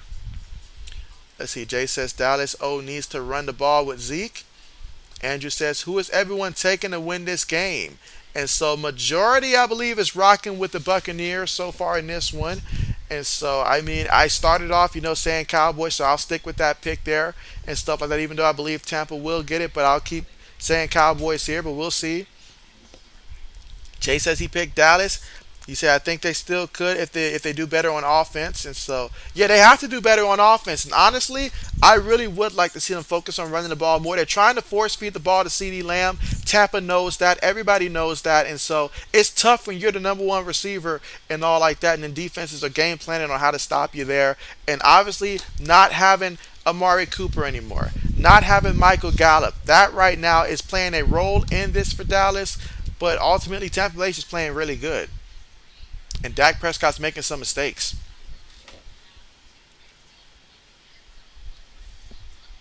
But again, we're currently right now at the half. Let's see, Lewis says Meyer would turn that school around. Tough Cornhusker defense. And so, for me, the biggest thing that Meyer could do for this program would be recruiting wise. If kids still believe in him and stuff like that. If you can overlook what took place at Jacksonville, and for each recruit, whether they can or cannot, that's up to them. But, I mean, he would certainly bring that presence to where, if you go play for Urban Meyer, he's going to set you up for the 1 or 2 years that he's going to stay with the program before he decides to leave. And so, yeah. All right, so Jay says he's not big on Urban Meyer. He'd be looking to hire Appalachian State coach. And so, hey, that would be what's up. But, hey, we've got Tom Grossi here. Appreciate you for the raid, my guy. Appreciate you guys. And so, absolutely, we have the GOAT here on the channel. And so, love his content. Love his content there. And so, appreciate you with the raid. Let's go. Appreciate you guys. Yes.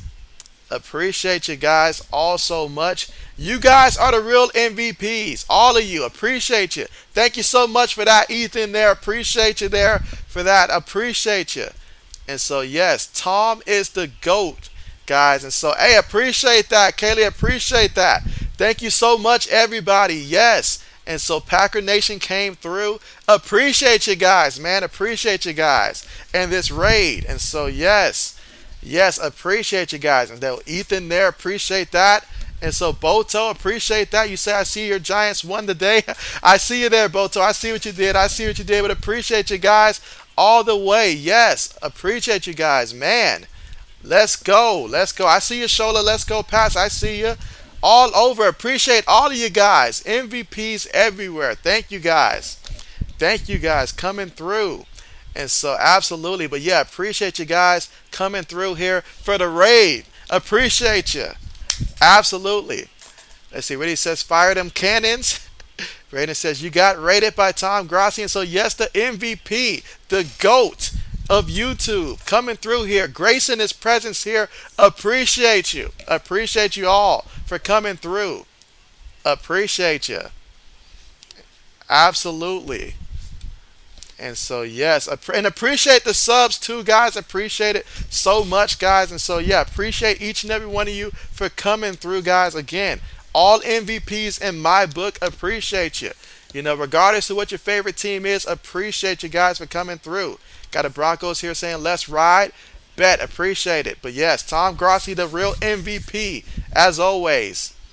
And so yeah, appreciate you again. Thank you so much, Packer Nation. Appreciate you. And so, yes, all of you guys. And so, Gail, you're the MVP. You are awesome as well. Thank you so much. Thank you so much, guys.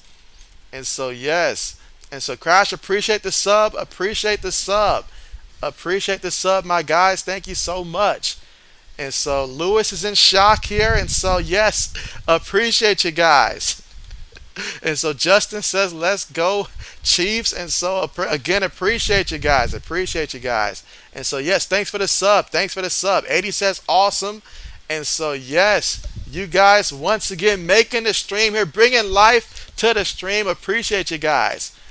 Yes, appreciate you guys. And so, yes, thanks for the sub. Andrew says, wow. And so, yes, I mean, Tom is the GOAT. I mean, the best content you're going to find on YouTube. And so, appreciate him for taking time out of his busy schedule to come through, him and his rate to come through here on JB&M Sports Fanatic channel. Appreciate you guys so much. And I'll continue to keep coming through and watching the content as always. And so, yes, thank you, Amy, for the sub. Appreciate you guys. Appreciate you guys so much. Lewis says he can't keep up with all the reading. Yes, yes.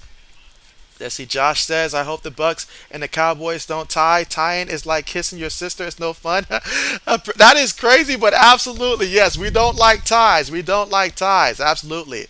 And so appreciate the love there, Scott. Appreciate the sub. And so, girl, yeah, thank you so much for all the I appreciate all the affection there. And so, yes, you said keep up the great work. Thank you so much. Thank you so much again. And so Lewis right now, his mind is blown. Braden says Tom finds random YouTubers to raid at halftime. And so, yes, appreciate that. Yes, yes. And so really appreciate that for sure. And so, again, the MVP, the GOAT, the standard, Tom Grossi. Absolutely. Appreciate that, Tom, and appreciate you guys for coming through for sure. Absolutely. But, yes, talk about some halftime excitement there and some fireworks, guys. And so Isaac, no, I appreciate you, Isaac. Thank you so much. And so Jay says Sean Clark is the Appalachian State coach, 21-8 record. He got to go somewhere big. And so, I mean, the record that they've done, I mean, you cannot overlook that big time W that they had against Texas A&M and Appalachian State. They do this consistently. So I agree with you. I agree with you. But yeah, thanks again to everyone that came through everybody that came through on the raid here. Can't get through all the comments here, but guys, I appreciate you guys so much. Absolutely. Absolutely. But yeah, Jay, absolutely. Certainly agree with that. 1000%. 1000%. And so it's got to be somewhere. I mean, him, and I like the work that obviously what Marshall coach is doing as well. And so it's about time these guys get some big time opportunities. It is time they get some big time opportunities. And so I agree with that. But guys, let me know who else are some college coaches that you would like to see get an opportunity. Whether you want to say college coaches or even NFL coordinators, whoever. Who are some coaches that you need to see next season end up in a situation that's like a big time opportunity? Who are some coaches that you have right now on your radar? If you're a team looking for a coach, let me know. Let me know. But yes, talk about a fresh of breath. I'm sorry, I'm sorry, I can't even talk right now, but yeah, appreciate that. Appreciate that.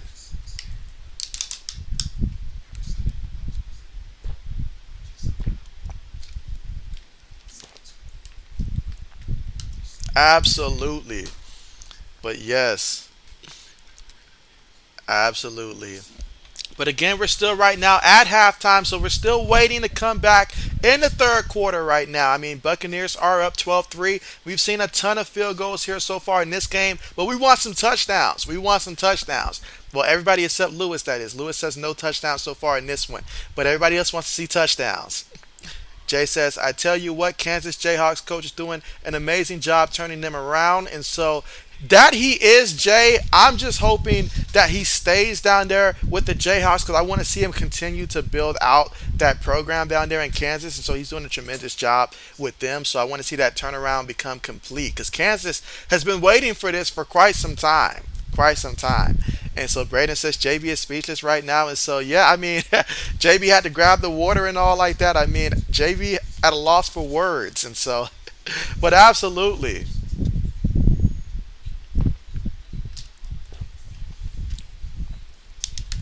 Absolutely. Lewis says that he would like to see Vic Fangio coach again somewhere. That would be a great option there, Lewis. That really would be. I thought he did a pretty good job there considering the circumstances that he had to deal with. I think he did pretty good. So I agree with that. Jay says, Braden, how do you feel about the Bears game next week? And so, of course, rivalry right there, you know. Braden's feeling confident. I know Braden's feeling confident there. He's like, it's Chicago. He said he's not going to overreact there. He was expecting the Vikings to win that matchup. Obviously, for the Vikings, they have Kevin O'Connell, and so new coach, new offensive-minded coach. And it wasn't like on the previous regime that hated throwing the ball for some reason.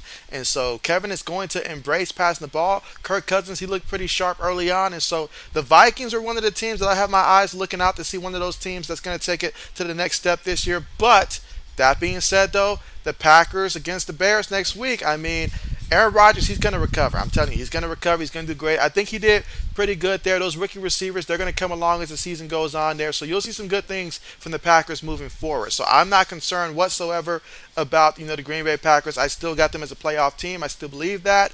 And so, yeah, but I'm sure Braden says, let's see what Braden says. He says he thinks they'll beat them. And so Braden's confident. Jay says Packers should get better as the season goes on. And so Isaac says Jim Cardwell needs to get a job, brought the Lions to relevance, and was great with the Colts. And so that is right. And so that's a good name right there, Jim Cardwell. Absolutely. I mean, what he did down there in Detroit, honestly, I mean, I feel like, like you look at what they've been doing recently and stuff like that, they certainly can use what he gave them. And so I feel like that would be a great candidate. I just got to see what team would actually, make that happen. But Jim Cardwell for sure. Jim Cardwell for sure. I do like good old Jim Cardwell.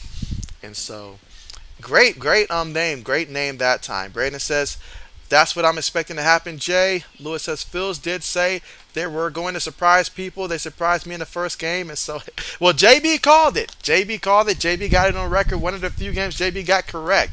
JB called it. Braden said agreed, Isaac, and so yeah, Jim Cardwell for sure. All right, but here we go. Brady up under center here. First play of the second half. They give it to Leonard Fournette, and Leonard Fournette picks up 10 yards and a first down, taking it all the way to the 35-yard line. And again, the Buccaneers are up right now 12-3 here in the third quarter, at the start of the third quarter.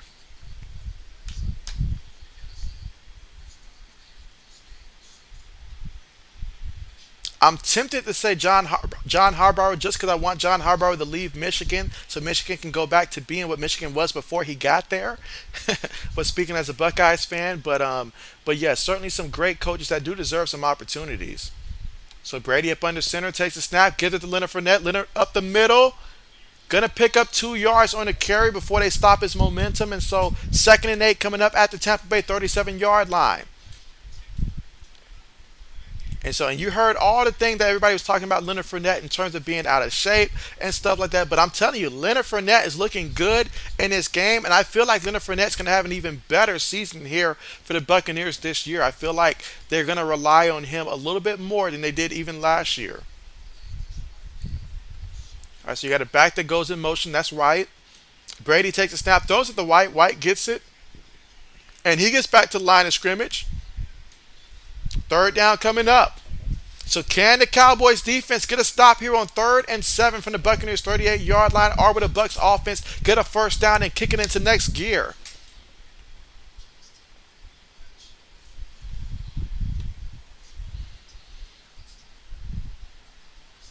Again, 3rd and 8 here. They're going to line up in the shotgun. 10 seconds right now on the play clock. 3 receivers, 1 tight end, 1 back. Cowboys look like they're going to bring pressure. There's 5 seconds on the play clock here. And there is a penalty right now. False start against the offense. Got to remain disciplined. Lewis says Mike Ditka and Bill Cowher are still out there. The legendary Bill Cowher. And so, in terms of what he did recently, well, back with the Jerome Bettis days with the Pittsburgh Steelers. Let's see, Jay says Brian Flores and Sean Payton as well. You guys already know Sean Payton at some point. He's going to hop back in for a coaching gig, but I would love to see Brian Flores get a real shot with another team that's going to appreciate what he brings to the table, for sure.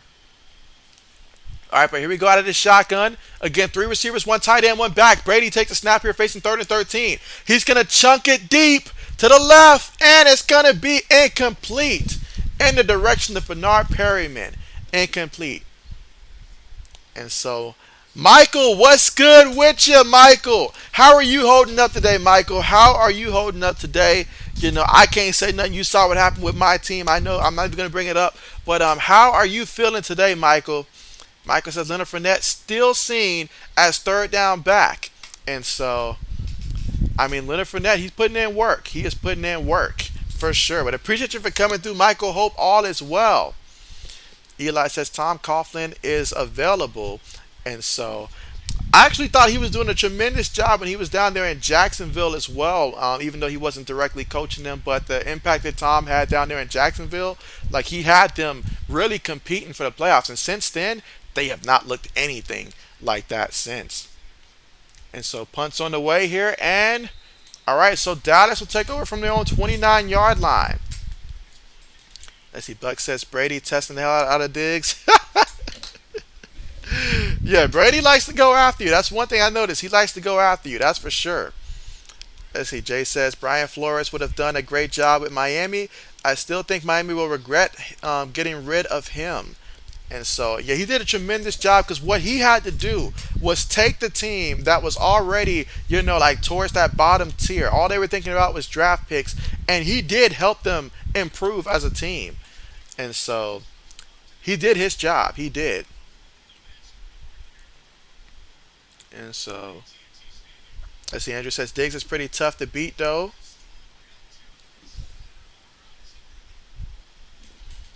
Let's see, Eli Manning says, I meant Tom Coughlin, but Peyton changed it. And so, okay, bet. But yeah, Tom Coughlin, when he was down there in Jacksonville, he did a tremendous job as well as also like when he was done coaching and he was just, like calling the shots from behind the scenes. He did a good job.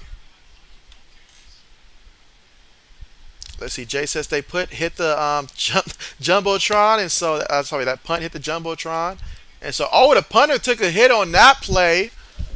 Meanwhile, the Cowboys have it from their own 25-yard line and take it to the 30. But there is a penalty. There is a penalty on the play. And so let's see. In the zone, and you say Jefferson, tight end, best receiver in the league. And so, what's good with you, though? What's good with you? How are you doing? But yeah, hey, Justin Jefferson, though, he put in some work today. Put in some work. A nice open to the season. But yeah, you see the hit here on the punter.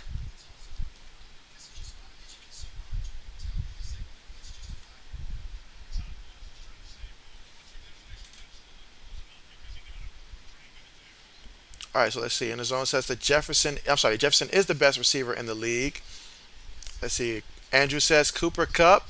So Andrew says Cooper Kupp. And the zone says facts. And so, all right, I got you guys 1 second here. We're going to take a little vote on this one. All right, 1 second.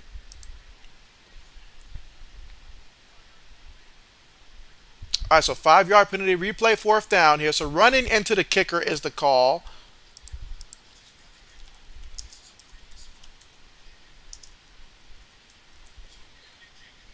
All right, let's see.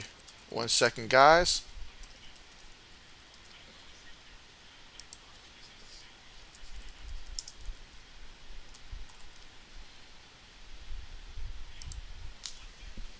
All right, so I went ahead and posed the question first so we can all vote here as a channel in terms of who's better, Justin Jefferson, Cooper Cup. Who you guys got? Let me know. Be sure to go ahead and cast your vote here in the chat. Who you got, Justin Jefferson or Cooper Cup? We'll check on this in a minute.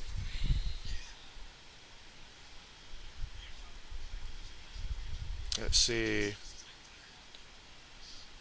All right, meanwhile, 4th and 8 here. So the Buccaneers are going to go ahead and punt the ball again. Last time was that 5-yard penalty. So they will repunt.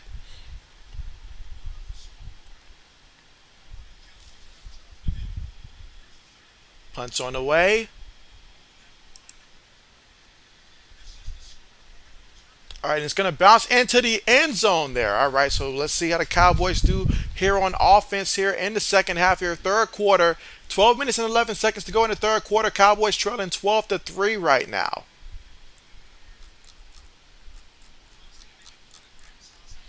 All right, let's see. Let's see. Where am I at? Jay says Bengals looked rough for a while today. 4 interceptions. That they did. That they did. And so, Melissa, what's good with you? You say another LSU Tiger. Jarvis Landry didn't do bad either.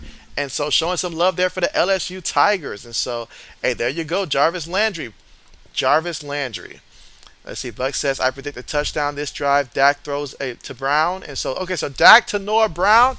I'd like that combination there. I would like that combination. And so, in the zone says, JJ a no-brainer. And so let's see, we got 8 votes right now, and so it is currently tied at 50% each. Some say Justin Jefferson, others say Cooper Cup. So 8 votes here, and we're tied at 50% each. And so we'll leave it up there a little bit longer, see if we can get a tiebreaker, either direction, Justin Jefferson or Cooper Cup.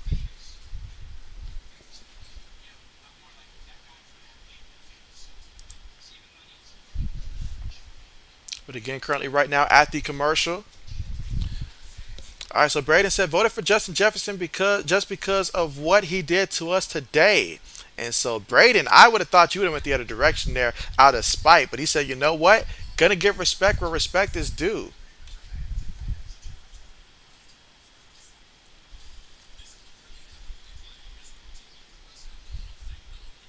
Again, Cooper Cup is the only receiver that Matthew Stafford seems to want to target these days. So stats look good when you're the only one targeted for the most part. But again, currently still at the commercial right now. And just to recap, Tom Brady so far in the game, 12 of 18 passing for 160 yards. No touchdowns, no interceptions. He's been sacked twice so far in this one. And the Buccaneers also as a team, though, they have 18 carries for 88 yards. And so Leonard Fournette, 15 carries, 72 yards. And so Leonard Fournette's running hard in this one. It's just a matter of time. If he keeps running hard like this, just a matter of time before he takes one into the end zone. So if you're the Cowboys and you're rooting for the Cowboys, you got to score now.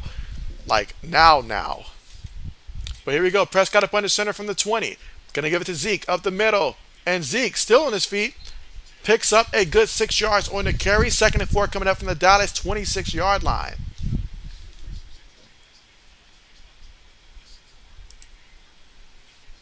All right, let's see. Andrew says, wish Aaron Jones got more touches.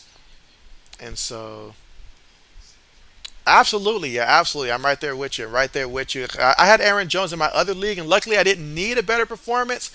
But man, it would have been nice. Let's see, in the zone says, who's your favorite team? And so my favorite team is the Patriots. What about you? What about you? Meanwhile, Zeke off the right side, going to pick up the first down, taking it all the way to the Dallas 33-yard line. Again, here in the third quarter, 11 minutes and 20 seconds to go. Tampa leading 12-3 right now, but that's going to be a first down for the Cowboys off the right side.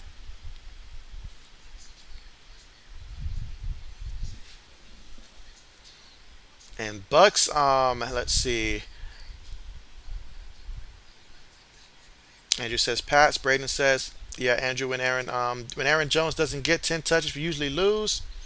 Melissa said, "Who that? Saints, baby." And so representing Saints Nation. Meanwhile, Prescott throws it to Tony Pollard, goes out of bounds, picks up about 5 yards on the play.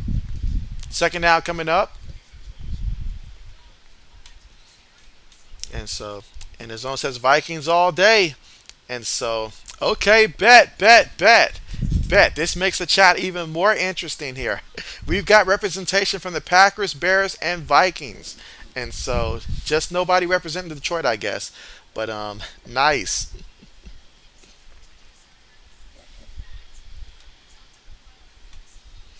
Let's see what a penalty here for an eligible man downfield.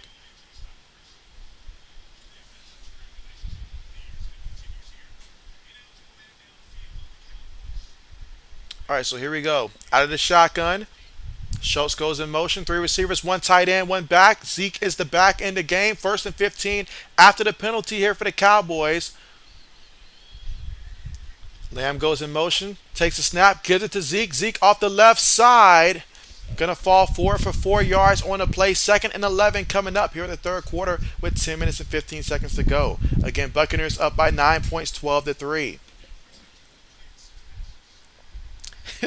Buck says, "Bruh, can someone please score a touchdown?" Andrew says, "Can't wait for the Pats Vikings game." Brett said, "No, Zo."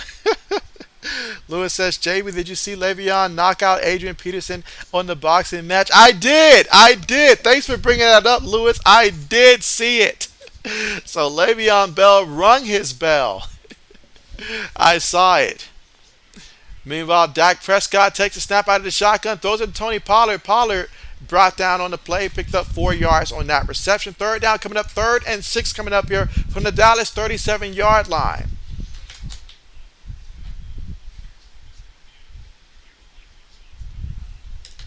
And so, yeah, we want to see some fireworks. We want to see some points here, but we have seen a very defensive game in this one and a ton of field goals. Andrew says they do boxing. And so, yeah, they did box each other. And so it was fun to see that. Let's see, and Zoe said, we're gonna smoke the Pats who they got on offense. And so, hey, right now, as a Pat fan, we're currently going through some things right now. We're going through some things right now. We'll see how it looks come Thanksgiving. NFL season is a long season. As Andrew says, Devontae Parker going to tear up the Vikings defense. Lewis says, I like it, NFL players boxing. But meanwhile, Dak Prescott, he was sacked, and I believe it's the first time that he's been sacked today. It is the first time that he's been sacked today, and it was White that came in up the middle and got the sack. I mean, you're going to put him one-on-one versus Tony Pollard. He's going to win that matchup all the time.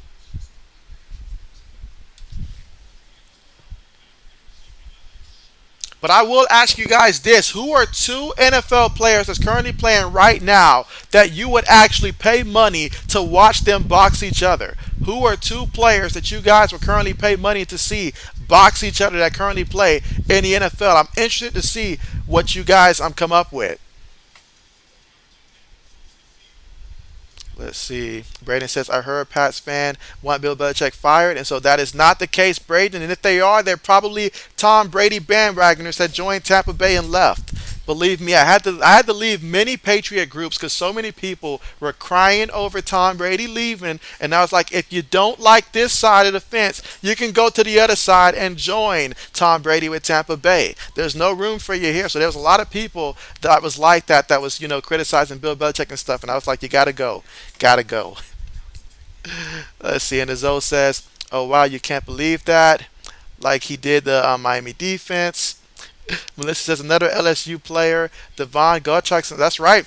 Okay, bet. Appreciate that. Brandon says, Myles Garrett and Aaron Donald. Andrew says, Trent Williams, Kyler Murray. And so, all right, so Braden would like to see Myles Garrett and Aaron Donald here. And so that would be fun to see. Are we allowing helmets in this match or not? Let me know that, Braden. Are we allowing helmets? Andrew says Trent Williams and Kyler Murray. Okay, you want to see Kyler Murray get beat up. That's what you want to see. Let's see. 80 says Tom Brady and Jimmy G. And so you know what, 80s? I'd pay to see that as well. I'd pay to see that as well. Let's see. Isaac says OBJ and Josh Norman. And so, ooh. Lewis says Frank Gore. Allen, what's good with you, Allen? Allen says crazy day in the NFL and a lot of upsets. And so that is a fact. That is a fact. That is a fact. That's a fact. But you know what? We love the upsets about the NFL. That we do, unless your team happens to be in the wrong end of that. And so let's see. Lewis says, I would have liked to see Ray Lewis versus Eli Manning. And so,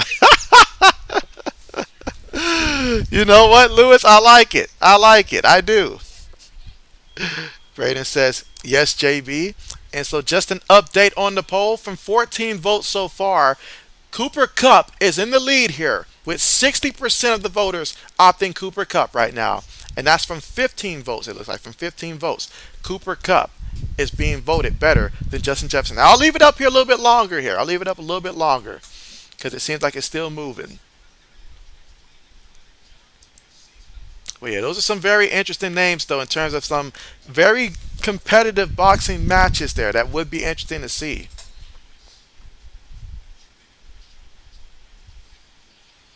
Eli says he would beat up Ray Lewis. All right, meanwhile, they're going to get the ball to Leonard Fournette off the left side. Leonard Fournette is going to get another first down, this time picking up 11 yards there and taking it to the Tampa Bay 32-yard line. So Leonard Fournette having a great game on the ground. He certainly can use a touchdown here to help Tampa Bay out, and also for anybody that's using him on fantasy football. But right now, 16 carries for 83 yards so far in this one, averaging over 5 yards per carry. And so Leonard Fournette looking great right now. And so Allen says he would like to see Tom Brady versus Joe Montana in their prime versus prime. Meanwhile, Leonard Fournette picks up about 9 yards on the carry. 2nd and 1 coming up.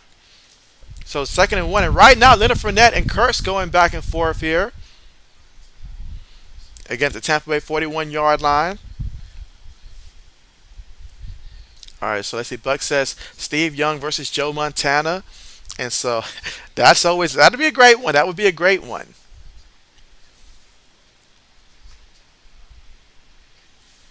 But already Leonard Fournette, 17 carries, 92 yards, getting closer to that 100-yard mark.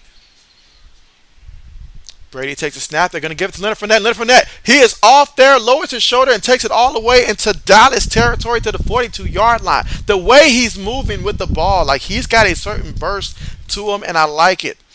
I like it. And so let's see.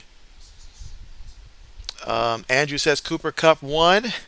Melissa says Leonard Fournette, another LSU Tiger. They're everywhere. That is true. That is true. Lewis says Deion Sanders versus T.O. Brandon says Eli wants all the smoke. LOL.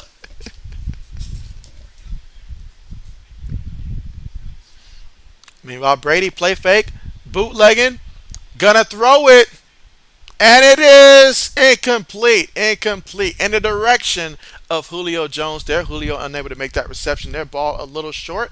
But I don't blame him. He saw Micah Parsons there in his rearview mirror, decided to get rid of the ball. Let's see. Braden says JB versus Eli Manning. It's Braden, JB would love that as well.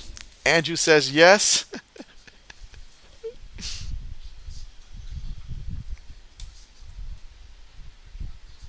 And so pass on the way. Melissa says Dion versus Ocho Cinco. And so good old Ocho. Yes. All right, 2nd and 10 here for the Bucks from the Cowboys 42. Brady throws the ball short, completed. And that's Rashard White with the reception, 7 yards. 3rd down coming up. Again, Micah Parsons. He keeps getting in the area of Tom Brady. And so let's see. Lewis says at Braden. Isaac says throwback Richard Sherman versus Michael Crabtree. And so, yes. Crabtree had a lot of people that didn't like him, but yes. That would be nice. Andrew says that was Violet.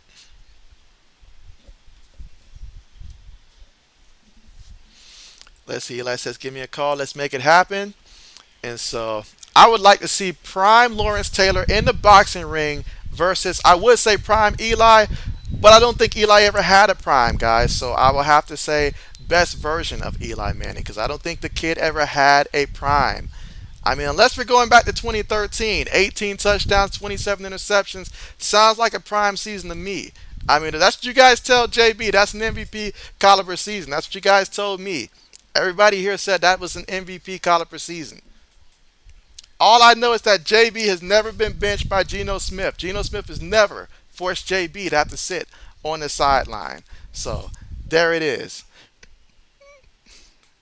Let's see. Melissa says Jerry Jones versus Graham Benson. Buck says Eli versus Brady. Meanwhile, Leonard Fournette off the left side, going to pick up a couple yards, and second down coming up, 2nd and 7 here at the Dallas 22-yard line. Again, on the drive, 7 plays, 57 yards, 3 minutes and 31 seconds in terms of time possession off the clock. Let's see. Allen says, LOL, the lucky catch in that Super Bowl. Just got lucky in the Super Bowl versus New England perfect season. And so, key word was lucky. But you know what? Luck happens all the time. Andrew says, shots fired. And so, Lewis says, Latrell Folks. And so, Eli says, you found your biggest hater. And so, biggest hater, what's there to hate on? I mean, a career record of 117, 117. I mean, can you say the bare minimum requirement for a 500 quarterback? Not even above 500, just 500. That's it. Nobody talks about what Eli did in the regular season. We just wake up and we're all of a sudden in the playoffs. I mean, all of a sudden we just talk about 2 moments. That's it, 2 moments. But I digress though. I'll take Phillip Rivers any day over Eli Manning. I'll take Phillip Rivers, Big Ben, anyone over Eli Manning. But that's just me. Andrew says that's more fair. Eli Manning versus the Water Boy. I like that, Lewis. Melissa says Forrest Gump versus that LSU fan that ran on the field yesterday. Let's see. Eli says, who won the game? I'm confused, Eli. Are we talking about the 117 regular season games that you won or the 117 regular season games that you lost? I mean, forgive me if, as a Patriots fan, we've been to more Super Bowls than just 2, so we have other Super Bowls on our mind than just the 2. You know? That's all I'm saying. That's all I'm saying. I mean, forgive me. I mean, let's look at the numbers. Let's look at the numbers. All right. 60% career completion percentage for Eli Manning. 60%. All right, 366 touchdowns to 244 interceptions. That's a lot of interceptions. I mean, it tells me if your last name wasn't Manning, you wouldn't be starting those games. Believe me, 18 touchdowns to 27 interceptions, you would have lost your starting job then if your last name wasn't Manning. And so that is how it goes. And so that's all I'm saying. I mean, everybody says, yeah, look at what he did in the Super Bowl. Look at what he did in the Super Bowl. You got to get to the Super Bowl. I need a quarterback that can take me to the Super Bowl. So we all don't have the Giants defense to lead us there, to grab our hands and to carry us there. You know, no one to carry us to the Super Bowl. So forgive us if some of us have other things on our brain other than 2 moments and all like that, because we've been to other Super Bowls. We face better opponents. It's just that simple. That's all I'm saying. So forgive me for that. Forgive me for that. And so Phillip Rivers, you know what Phillip Rivers did in the regular season? I'll tell you what, 134 wins to 106 losses. What is that? That's above 500% when it comes to winning percentage in the regular season. Bet that. And then you got 421 touchdowns to 209 interceptions. But what do you guys tell me? Eli Manning is a Hall of Famer, but Phillip Rivers isn't. Why? Because he got 2 rings. I can look up 1,000 players who got 2 or 3 rings that never stepped foot on a field. A ring is a team accomplishment. What have you done statistically speaking? That's what matters the most. But hey, that's how JB sees it. That's how JB sees it. So, I mean, I get it. You get 1 or 2 little rings and stuff like that, and all of a sudden, it gets to your head. I get it. I get it. 2 little moments, and you wake up and everybody says, good job. You're just as good as your brother, Peyton Manning. You're just as good. And so, I get it. I get it. But there it is. There it is. And so finally, it took JB to go on a rant for the Buccaneers to finally put together a touchdown. So we have a touchdown in the game. That was Tom Brady to Mike Evans for the 5-yard touchdown. And so the score right now, 18-3. 18-3. Let's see. Eli says he also threw the ball to OBJ. I mean, can you name all the 244 defenders that you threw the ball to also? Because apparently it wasn't just offensive players. It was quite a good amount of defensive players as well. But nobody wants to talk about it. Nobody wants to talk about it. Isaac says Eli or Nick Foles. Give me Nick Foles. Give me Nick Foles. Let's see. Buck says, I've seen better backups than Eli Manning. Say it again, Bucks. What'd you say? You've seen better backups than Eli Manning. Melissa says Stephen A versus Paul Fine. And so, let's see. And the Zoe says, regular season, LOL, what he do in the playoffs. Rivers choked in big games. Eli was clutch. You can't lie. And so, I mean, my thing is, people say that he's a Hall of Famer and stuff like that. And in my opinion, if I'm going to start you in the Hall of Fame, I mean, if you're in the Hall of Fame, that means you're going to make my team better and stuff like that. And I'm going to explain to you why, Zoe. I'm going to explain to you why. Think about Peyton Manning, the year that he broke Dan Marino's former record and threw 49 touchdowns. Did Peyton Manning win the Super Bowl that year? No, he did not. But nobody said anything because they understood the team that he had was not that good. Think about the last version we saw of Peyton Manning to actually win the Super Bowl. The man got benched. I mean, he was throwing up ducks that were dying, all that stuff. But he won the Super Bowl. Why? Because the Broncos defense carried him to win the Super Bowl. So therefore, you have a great defense, you get a Super Bowl. Trent Dilfer, are we going to say Trent Dilfer was amazing too? Because he won the Super Bowl, but hey, the Ravens defense, everybody acknowledges for him, it was the Ravens defense. So that's all I'm saying. That is all I'm saying. So Allen says, I take Eli, brother. The Peyton Manning Eli is a good player, but it's not a Hall of Famer. Andrew says, facts though. Lewis says he's still looking good. Still looking good. Brandon says this is more entertaining than the game. And so, but there it is. There it is. I mean, what he accomplished in the Super Bowl, I will give him that. I will give him that. You know, what he did in the Super Bowl, that is that. I mean, I get it. People say lucky play, blah, blah, blah. I get it. What he did in the Super Bowl, that is that. But what I'm saying is the body of work does not impress me. That's all I'm saying. That's all I'm saying. Andrew says, "I'm taking JV at quarterback over Eli."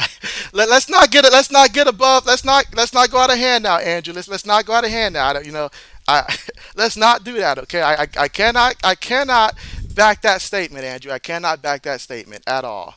Lewis says, Andrew, yep, and so no, cannot take that statement at all, and stuff like that. Absolutely, but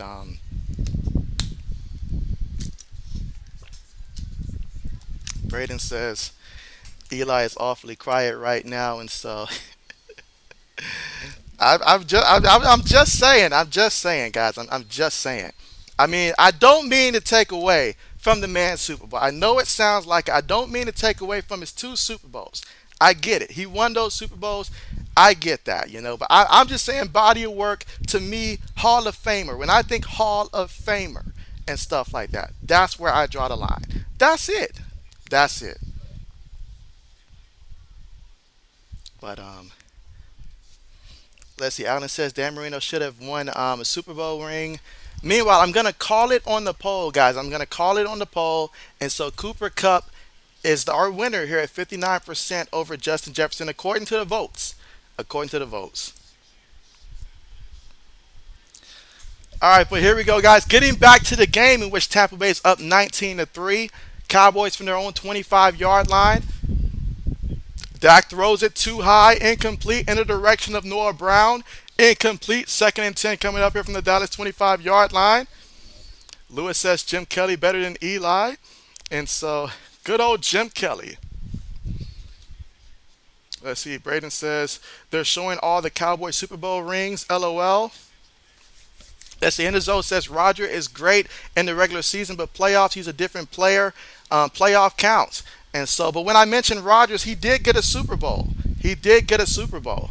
But I feel you there. I feel you there. Joe Flacco, same thing. Not much of a regular season quarterback, but playoffs, he did his thing in the playoffs too. So I'll give you that. I'll give you that. Playoffs, absolutely.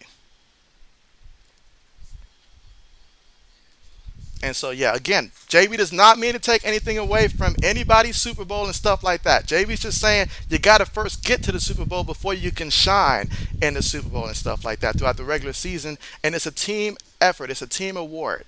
You get the Super Bowl trophy as your reward for winning that game. Hall of Fame is not the reward for that. Meanwhile, this should be a free play. Dak Prescott's got to take the shot. And it's incomplete. There is a flag. There is a flag in the direction of Houston. In the direction of Houston. Again, Buccaneers right now leading 19-3 here in the third quarter with 2 minutes and 34 seconds to go here in the third quarter. All right, so the offside penalty there. Again, Cowboys currently down by 16 points here, and so offense got to do something, guys. They have got to do something. You think about Cowboys, and what do we say about Dak Prescott and the Cowboys? They typically get a lot of their yards in what? In like garbage time, and so they've got to find a way now to be able to score a touchdown right now. It's 3rd and 11. 3rd and 11. Let's see if they can get this first down. And so let's see. And it's going to be completed. It's going to be completed. And so at the Dallas 38-yard line, so a first down, picked up a 14 yards there. Dak Prescott to Dan Schultz. Let's see. Eddie says, JB, please stop talking bad about your brother Eli, LOL. And so that is not the case. That is not the case at all. Not the case at all. JB just calling facts. JB calls it as he sees it. That's it. JB's calling facts. That's it. Here we go. Prescott. Play fake, throws it, caught again by Schultz, the tight end, and so that's going to be a pickup of 5 yards on the play. Let's see, Alan says, who is top 10 quarterbacks of all time list in the NFL? And so that's a great question there, Alan, in terms of who is the top 10 quarterback of all time in the NFL list. So if we put a list of top 10s, I mean, that's a very good question, a very good question. And so I would have to think about putting a list, because once we get past like the top 5, I'll have to think about that list honestly. CeeDee Lamb goes in motion, and there's going to be a penalty there. Going to be a penalty against the Cowboys. False start against the offense. Going to back them up. Going to back them up. And let's see. Lewis says Eli versus Jerry Jones. Good old Jerry Jones.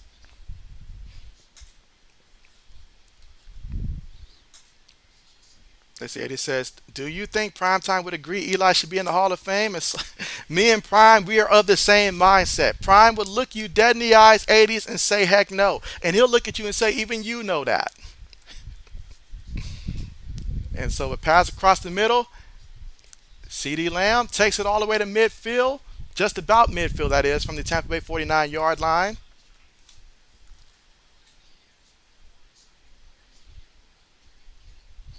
I mean, that's exactly why he made his famous statement, 80s. Exactly why. All right, but here we go here from the Buccaneers 49-yard line. Prescott up under center, 2 tight ends, 2 receivers, 1 back in the backfield. And going to be another penalty, another false start, and we're moving in the wrong direction.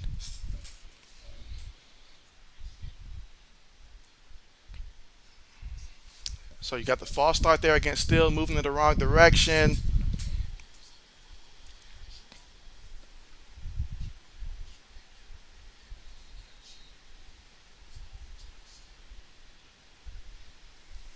All right, Prescott up under center after the penalty here. 1st and 15. Takes a snap, going to give it to the ball carrier up the middle. And Tony Pollard is going to pick up about 11 yards on the play.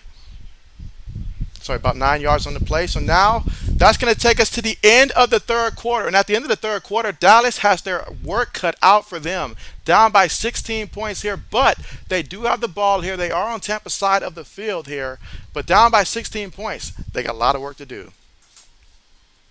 Lewis says they'll fumble soon. Braden says do another poll, JB. And so do you have a poll in mind, Braden? Do you have a particular poll in mind?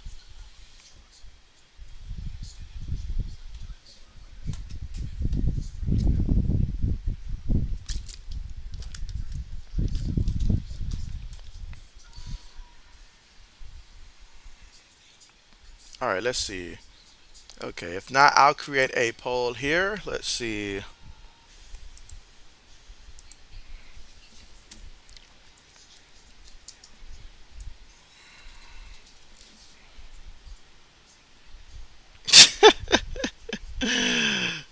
All right, 80s. I'll do that for you. I'll do it just for you. Just for you. All right, so.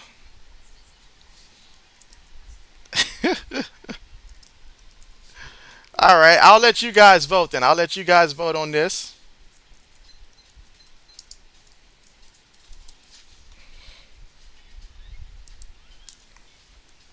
All right, at the request of 80s, and then after that, we'll get to yours, Braden, about the Eli being a Hall of Famer. We'll get to that one next. But currently, right now, we are at the commercial. All right, we've got two votes there. And just to look at the stats again, real quick, so far in this one here, entering into the fourth quarter. All right, so Tom Brady right now 16 of 23 for 199 yards through the air, one touchdown, no interception. He's been sacked twice, both times by Micah Parsons. For Dallas, Dak Prescott 10 of 21 for 89 yards, zero touchdowns, one interceptions, and sacked twice. So both quarterbacks sacked twice so far in this one. And then you look at on the ground here for the Buccaneers as a team, 22 carries for 128 yards. Leonard Fournette's got 19 carries for 112 yards so far today. Meanwhile, for Dallas as a team, 16 carries for 68 yards. And on the ground, Zeke's got 9 carries for 50 yards here. And if you're the Dallas Cowboys here, the fact that CeeDee Lamb has just 2 catches for 29 yards, but he's been targeted 8 times here, just goes to show how Tampa Bay's been targeting to take him out of this game.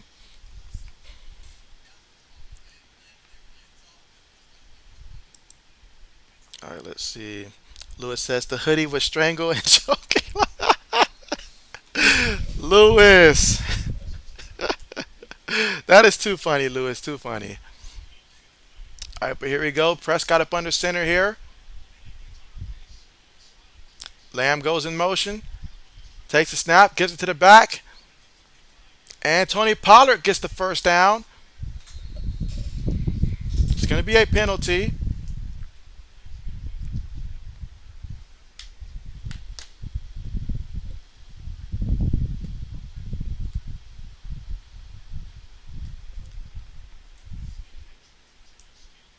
All right, so it's a holding call there. Holding call. All right, so as you guys continue to vote here, 7 votes so far. I'll leave it up for a little bit longer. Are you guys interested in hearing JB's favorite players that has played for the Giants over the years? I've given too much dislike towards the Giants there. So if you guys want to know JB's favorite players that has played for the Giants, I will let you guys know that. Meanwhile, the pass there to Dan Schultz, and that's going to be a pickup of 13 yards. However, he's 3 yards short, so 3rd and 3 coming up. Again, the Cowboys are trailing this one 19-3.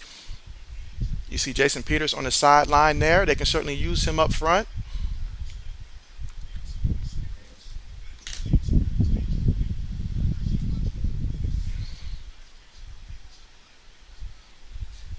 All right, so 80 says, yes, favorite G-men. And so, all right, so my favorite players that have played for the Giants. What was that guy called? I think his name was Armani Tuner or something like that. Give me one second. But Tinky Barber was one. Tinky Barber was one.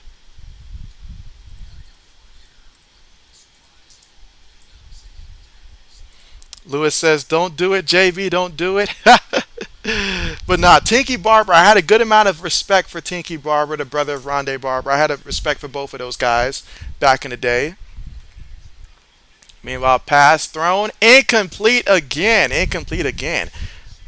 Let's see, Kerry Collins. Kerry Collins was a quarterback that I did not necessarily hate. And so, Kerry Collins.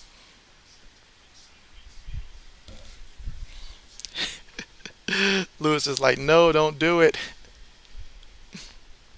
Let's see, it says, man, Dallas can't even put up a touchdown.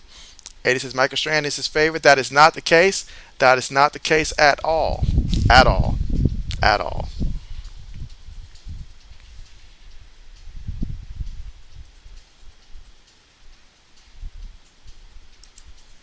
And again, we're currently right now at the commercial. Well, yeah, I'm sorry. Jay said that, man. Dallas can't even put up a touchdown. But yeah, that is true. I mean, right now we're here in the fourth quarter, and yeah, Tampa Bay leading right now 19-3. And thanks to that incompletion, we'll get to see what the Buccaneers can do with the ball here. Now they're up by 16. Leonard Fournette has had a very busy day so far in this one, already at 112 yards on the ground here for the Buccaneers.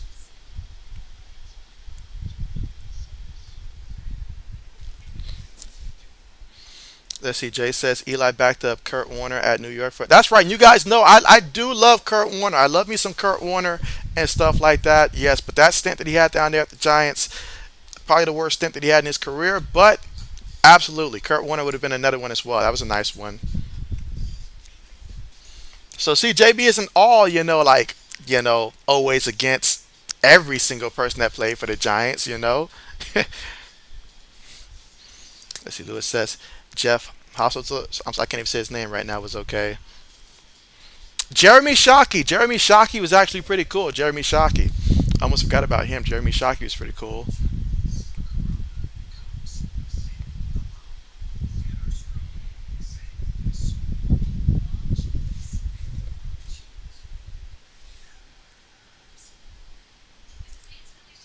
All right, let's see. We've got 10 votes so far. Let's see where we're looking at here. Ooh. So through 10 votes, we have a tie right now between who's the better quarterback, Eli or Philip Rivers. So apparently JB's not by himself because JB's not allowed to vote on this. But yeah, so we're at 5 people believe Eli, 5 people believe Philip Rivers as the better quarterback. 80 says the heck with all Giants. I wouldn't know how much you come to Eli's defense, 80s. I would not know it. Jay says he's a big Kurt Warner fan too. He is a great guy and a great player. And now announcer analysis. Absolutely. And what gets me is that, he really did try every quarterback that was drafted to replace him. He tried a good job to help them out. But Ben, big money Ben, what's good with you? And hey, appreciate that super chat there. And you say, how about those Chiefs? And so what the Chiefs did to the Cardinals today was downright nasty. I mean, I knew the Chiefs were going to be good, but I did not know that they were going to go out there and just embarrass the Cards like that. I mean, honestly, talk about total domination right there. Pat Mahomes went out there and did what? Threw like 5 touchdowns in the opener, and I was like, wow, like I could literally go out there, run a route, and catch a touchdown the way this man's throwing the ball. But absolutely, absolutely. And so yeah, but I know you're happy about your Chiefs. Unfortunately, JB can't say that about his team today, but JB owns it. We lost again to Miami. This is like a sick streak that we just can't seem to shake. But JB's team will improve. But yeah, the Chiefs, they put in work. There we go, 2nd and 9 here. Brady throws the ball, and it's going to be complete to Russell Gage for 6 yards on the play. That is actually Russell Gage's first catch of the game. Ooh, for 6 yards. Let's see. Allen says that 1 yard from a touchdown for a Tennessee Titans Super Bowl win. I remember that was a crazy game. Jay says absolutely Ben Chiefs baby. Allen says what about the Pitt versus Cincy game? And so the game that nobody really wanted to win. Lewis says yes. Allen Kevin Dyson. Yeah, good old Kevin Dyson fell about a yard shy of getting to the end zone. That would have made me extremely sick to my stomach if I fell a yard short. Meanwhile, Brady threw an interception. He threw an interception. He threw that ball so hard, Wilson had no choice but to hold on to it. So Brady threw a pick. Will this give life to the Dallas Cowboys? I don't know. But 19-3 right now, Buccaneers are up. Cowboys have shown little scoring in this one, just 3 points in the first quarter. But now, will they take advantage of this opportunity in front of them? Let's see. Jay says Chiefs Chargers will be one heck of a game on Thursday. And so, yes, I'm going to be looking forward to that game, Jay. That's going to be a good one there. Chiefs versus the Chargers. And so, Chargers just coming up with a win against the Raiders. That's going to be great. And so, that game's going to be on Amazon Prime. I know that much. And so, I don't like the fact that they moved it to Amazon Prime. But JB's going to be able to still stream that one. So, thankful for that. But, yeah. 80 says JBINT. Lewis says the GOAT got picked. And so that he did. Let's see. Endezo says Vikings new best team on turf. And so I do like what the Vikings got going, I do. I do like what they got going. And if you tell your boy Justin Jefferson if he want to come through on the stream, tell him holla at your boy. He's welcome on the stream. Let him know. Let him know. Let's see how it says crazy field goal. Still don't know how they missed the extra point after the touchdown. Lewis says waiting for a Dallas fumble. But yeah, and again, if you're just tuning in right now, though, don't worry, we're not missing any of the action here. Buccaneers just turned the ball over. Tom Brady threw an interception to Wilson for the Cowboys. And so now the Cowboys, they'll have the ball from their own 48-yard line here in the fourth quarter with 12 minutes and 1 second to go. Again, both teams all three timeouts. Buccaneers up 19-3. And so if you're Dallas, you're down by 16 points. So if I'm Dallas, if I score a touchdown, I'm just gonna go ahead and go for two, honestly. Because the way the offense been looking there, you just get the touchdown. If you do get the touchdown, you go for two. Try to make it a one possession game, which would be an 8-point game if I am the Cowboys. Let's see. Jay says, do you ever go back and watch old NFL games, JB? You say sometimes you do. And so you know what, Jay? When I look up at the TV and I see the Dolphins are leading against my team 20-7, and I'm feeling really low, I'll pull out some old tapes, some classic Peyton Manning versus Tom Brady. I actually still have those on VHS and stuff like that that was recorded back then, and I'll watch some of those games to make me feel better about what exactly is transpiring right now, and just remind me of the good old days. So sometimes, yes, JB will reminisce, and look at some of those older Super Bowls. So JB will do that. JB will do that from time to time. And then YouTube likes to also put on some old games as well that JB did not recommend and stuff like that when it catches JB lacking and not necessarily, and taking too long to switch stuff on YouTube. But from time to time, yes, I will. And so Alan says, I say a Tampa pick or a fumble. And so, all right, so Alan says an interception or a fumble. So everybody's banking on the Cowboys' downfall. Here we go, 2nd and 8 out of the shotgun here. 3 receivers, 1 tight end, 1 back. Prescott with the ball. Throws it. Incomplete. Incomplete. 3rd down coming up. 3rd and 8. 3rd and 8.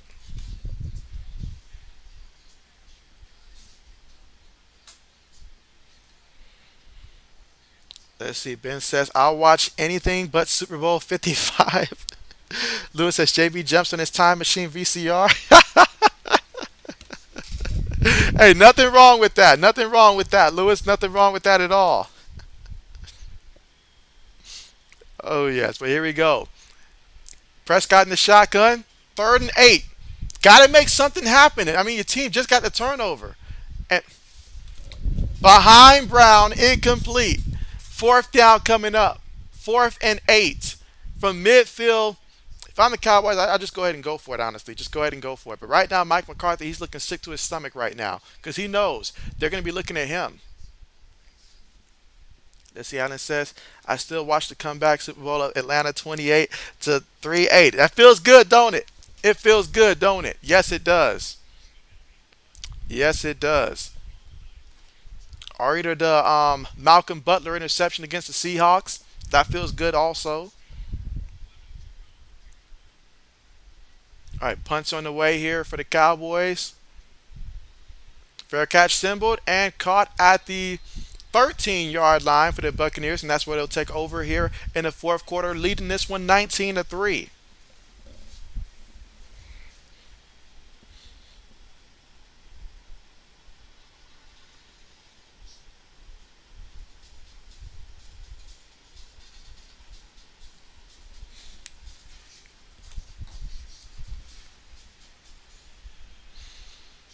Let's see. 80 says JB would have gone for it on 4th. And so you best believe it. Yeah, JB would have gone for it on 4th down just because, quite frankly, nothing is happening right here. So sometimes you got to shake something up.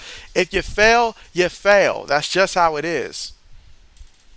Let's see. Jay says, highly recommend watching the Colts Bucks 2003 Monday Night Football come back. And so I remember that. I remember that. Of course, that game meant so much for Tony Dungy that time, returning against his former team in the Buccaneers. And I believe it was his birthday also, if I'm not mistaken.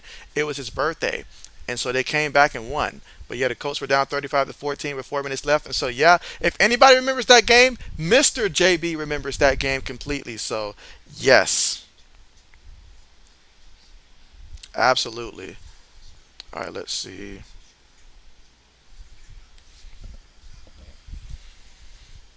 Let's see. Lewis says, nothing, JB. I also jump on and go back all the way to 85. It's a long way to go back now, Lewis. It's a long way to go back now.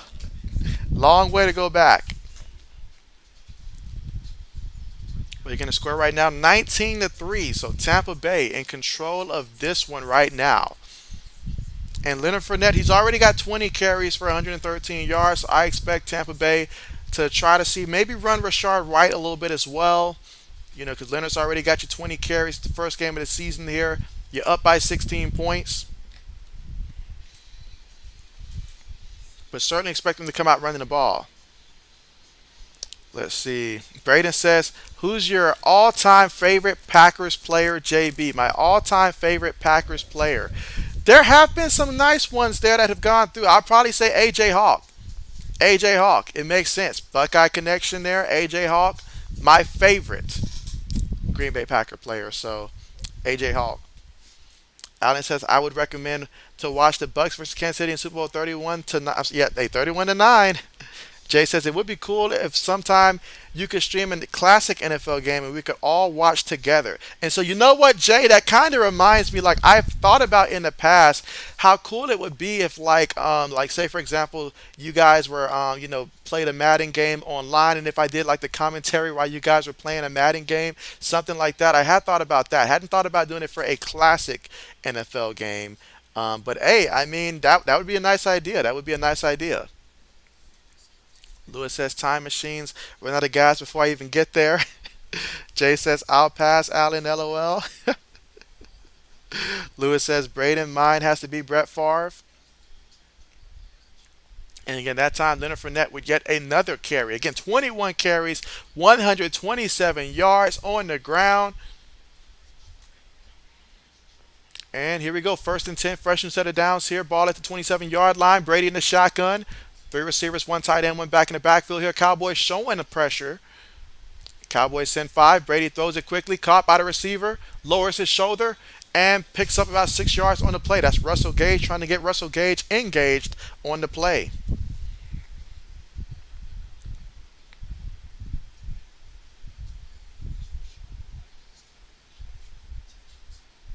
So 2nd and 3 coming up. Again here in the fourth quarter with 10 minutes and 13 seconds to go. Bucks leading 19-3. Let's see. Allen says, LOL, it's all good. Much love to Kansas City.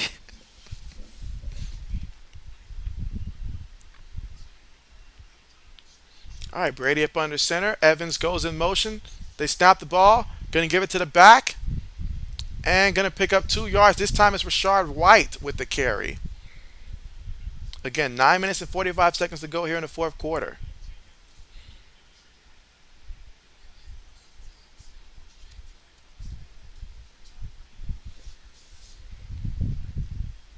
So 3rd and 1.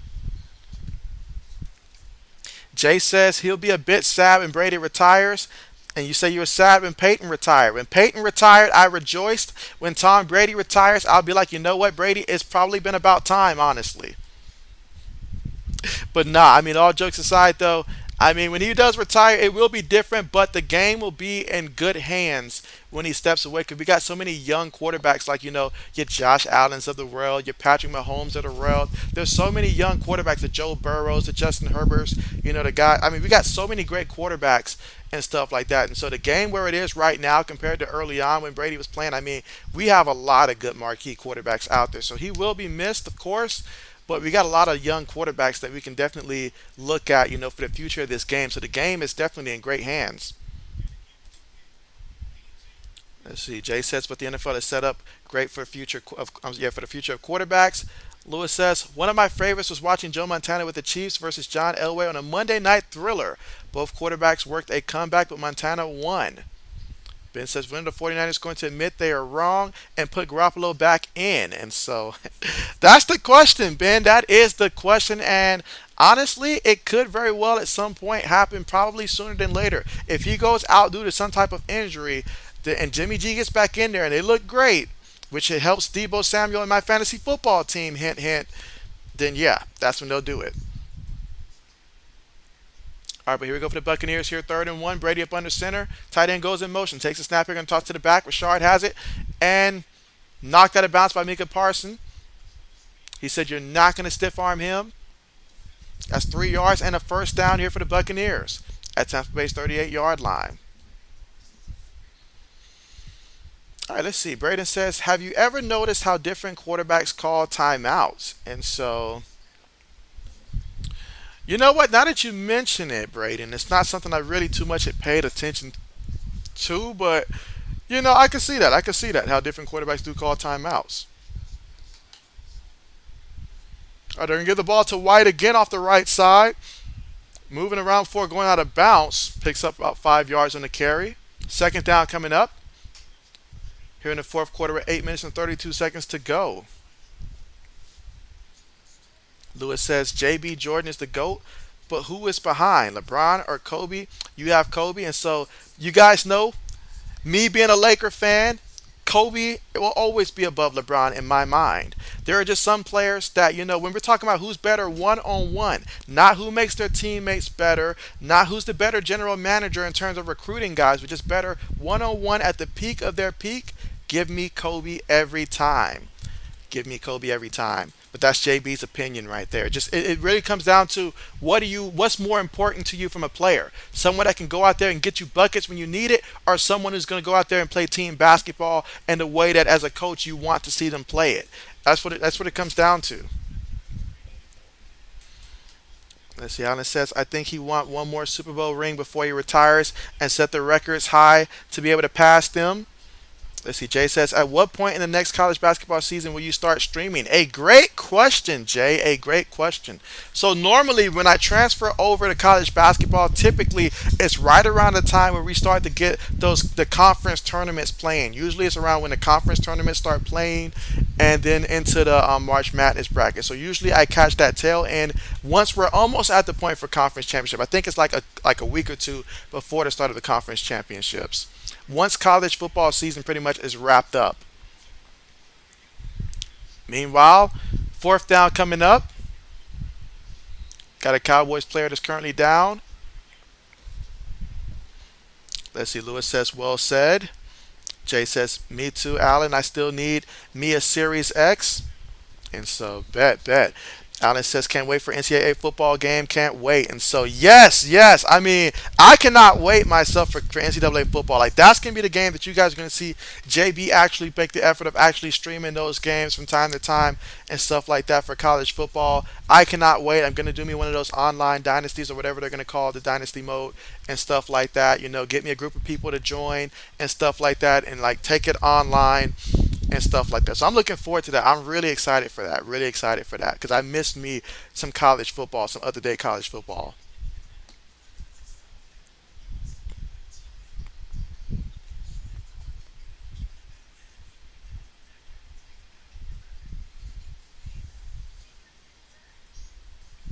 Well, meanwhile, we are currently at the commercial, and they've got Tom Brady on the commercial. Yeah, Braden says the Tom Brady crypto commercial. LOL. Jay says, "I might just have to find a Series X online to play." And so, what I'll probably do is like next year, around like probably around like a month or two before the game comes out, I'll start looking to see who all has Xbox Series X. I'm an Xbox guy, and so I'll see who all has an Xbox. And then everybody who wants to join the league, I don't know how many people they'll let join it up to, but I'd be up for that. I'd be up for that for college football. I would be up for that. Allen says his opinion is MJ first, Kobe second. LeBron is your top 10, but there are good players LeBron need to pass to be in your top five. And so, okay, okay, absolutely. But I like that, Allen. I agree with that. I agree with that.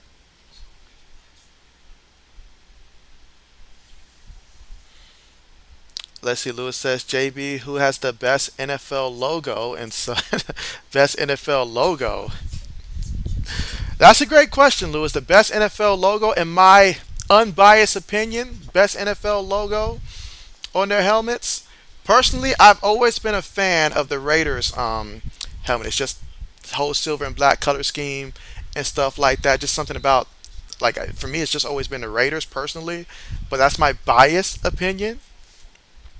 Jay says he'd be up for Dynasty, and so you would you play with Kansas State, Jay? Would you play with Kansas State? But yeah, I think that'd be great to be able to do, like college football, be able to recruit and stuff like that against each other and stuff like that, build programs up. That would be great. That would be great. All right, but here we go, guys. Here, fourth quarter, fourth down. Buccaneers punt the ball. 7 minutes left to go here in the fourth. Fair catch is symboled. And all right, Cowboys will have the football here. Dak Prescott, if he's not going to win the game, hopefully he can help some people still win their fantasy football league if you started him against the Buccaneers. Let's see. Ben says the Rams and Packers seem like the Bucks serious competition in the NFC, but they both got embarrassed, and so yeah, we probably won't really know until we reach that halfway point in terms of who the actual thing is. I know I've been harping a lot about the Saints in the offseason. They did beat the Falcons, but it was close. But I feel like every time they play the Falcons lately, it is somewhat close. It just is what it is when you play a division rival. Jay says, do you think most people put LeBron in their top three? I think they do, Jay, because most people, when they put LeBron in their top three, most people haven't seen Michael Jordan play. Well, I probably shouldn't say most people, but most of the people who's on social media and like hyping it up, they like to say the guy that they seen play. They don't like to go off of, like all the greatness that they hear about Michael Jordan. For some people, they haven't seen the greatness of MJ up close and personal. And then when they saw Kobe, it was like towards that back end of Kobe. So they always remember LeBron and how long LeBron played. So he's fresh in everybody's memory. So yeah, that they put him top three, honestly. I mean, we're in a generation basically where it's what's fresh on your mind when it comes to who's the greatest. That's who they say. So all the guys of the world, like your Bill Russells and all like that, they get overlooked. All right, but here we go here for the Cowboys here. 1st and 10 from their own 36-yard line. Prescott looking, throws, incomplete again. I mean, in the direction, in the ballpark of CD Lamb. But he's making CD Lamb look like a little lamb today. 9 targets and 2 catches for 29 yards. Wow. All right, let's see. Alan says, I got an Xbox Series X. I'm up for anything. And who got PS5 and Xbox Series X? Just hit my gamer tag. And so bet. So we got 2 right now. Jay says he would definitely pick Kent State. Okay, bet. I'm sorry, Kansas State. That makes you excited thinking about the new college football game. And so, yes, exactly. It feels like, I mean, going back to 2013, because obviously 2014 game came out, but back in 2013. A lot of things have changed since then. We're talking about a 14 playoff system for the first time in the game. The transfer portal has to have a bigger impact in the game than it did back when we originally played it and stuff like that, because that's all guys do. How will they incorporate stuff like NIL deals and stuff like that? So many things, honestly. So, but yes. Meanwhile, for the Cowboys here, throws the ball, and so Zeke gets the reception, but it's going to lose 3 yards on the play because David came up with the stop. Let's see. Lewis says, I don't think anyone will say Browns. Lewis says, Braun has longevity that helps him. And so, yeah, it does help to have longevity because the more people that witness you, people like to witness things. We don't like going off of what we're told. We like going off of what we saw. Ben says, Kansas State is gross. Rock Shock. And so, okay, bet, absolutely, yes. And then all the recruiting battles, I'm telling you. Braden says Dak Prescott had a little lamb. Braden said check the poll, JB. And so the poll has spoken. The poll has spoken. And so 63% of the people have chosen Eli over Phillips. The only problem is if this was the draft and you were the Chargers back then, he would not choose you. So you would have to go with Phillip Rivers. But I get it. I'm going to call it. At 19, so Eli wins that one. Congratulations to Eli. Let's see. 80 says, Little Lamb, LOL. All right, Braden, I haven't forgotten about your poll question, so I'm about to set that one up now.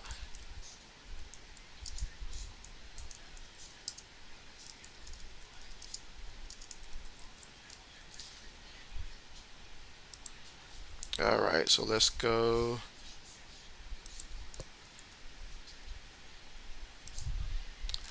All right, so here we go, guys. It's fourth down here, 4th and 6. Is that Rush? They put Cooper Rush in. Wow, Dak doing terrible. And up, you got to jump on the play. So there is a penalty. There is a penalty. And so there we go.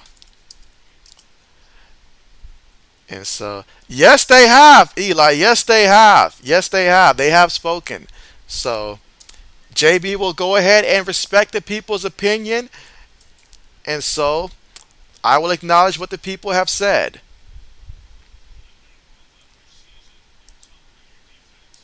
All right, let's see.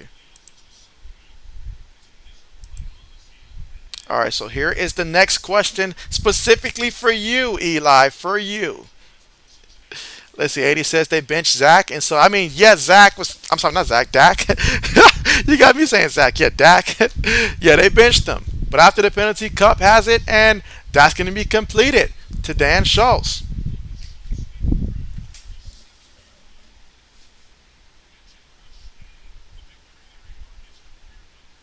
All right, so again, Cooper Cup last year when they played against the Minnesota Vikings, Cooper Cup had to play against the Vikings. Then I believe it was a Halloween game and scared the Vikings that time. All right, pass deep, incomplete. All right, fourth quarter here, guys. 4 minutes and 29 seconds to go. Let's see. 80 says they. I'm sorry. Lewis says Dallas eliminated from the playoffs after losing the home opener. Ouch. Kind of harsh there, Lewis. Gee. Kind of harsh. Kind of harsh. And so.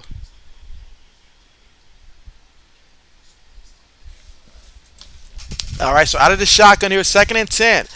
Ball right now at the Buccaneers 38-yard line. Rush throws it, caught by the receiver, and that's going to be a pickup of about 4 or 5 yards on that play. Third down coming up. Again, Cowboys down by 16 right now. Cooper Rush trying to rush the offense here to try to score. Time is not on his side. Ben says, do you think the Dolphins are good enough to give the Bills trouble? My answer for that is no. My answer for that is no, Ben. I do not think so. I do not think so. The way that I saw what Buffalo did to the Rams, no. No. And that's not a knock on the Dolphins at all. Not a knock on the Dolphins at all. It's just the Bills just no. We saw how they looked, how they matched up against them last year. Football is a game of matchups. How do you match up week to week against your opponent? And so I still don't think that I don't think they closed the gap a lot. They closed it some, but not a lot. Jay says Dallas looks awful. I'm not gonna lie. And so yeah, that's true. I remember last time I remember Tampa Bay defense doing something like this. I think was when they played Justin Fields and the Bears last year. And so Rush throws it up there. Incomplete. Incomplete. He took a deep shot. Not going to blame the man for that. Incomplete. Let's see. Alan says who wants his gamer tag. And so, yeah, if you want to go ahead and drop that in the chat for sure. Braden says the Cowboys look worse than us. And so we are now currently at the commercial with just 3 minutes and 14 seconds left to go in this one. And Tampa Bay just looking to run out the rest of this clock as they lead 19-3. Jay says the fact that Dallas can't even get in the in the end zone once is bad.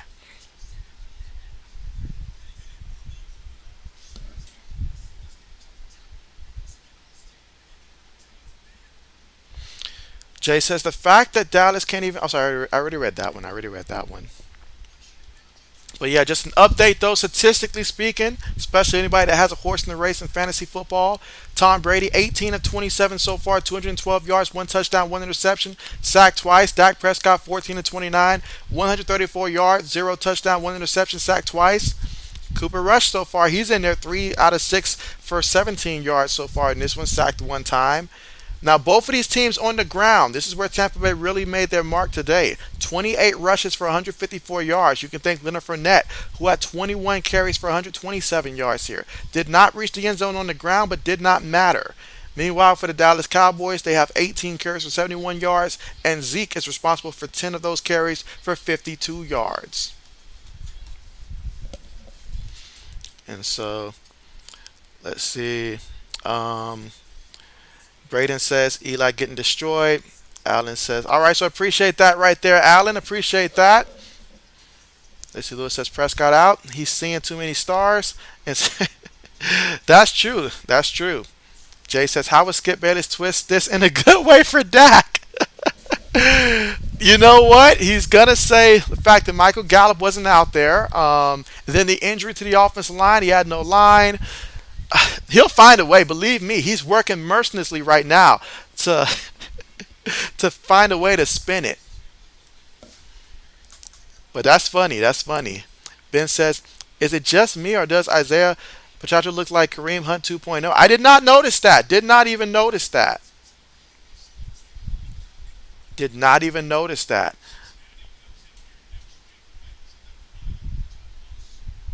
But man, I mean, the work that Kareem Hunt put in there today.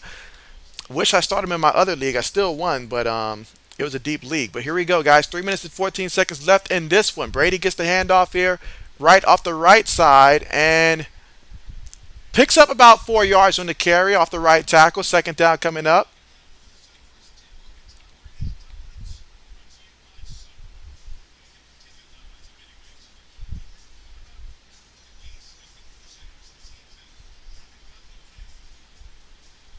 Really? Really? We played a man one time and you include us on that list? Really? Let's see. Jay said, did Dak get hurt or bench? He got benched for hurting the team, basically. So he was benched, Jay. He got benched. He got benched. That was a coach decision that time.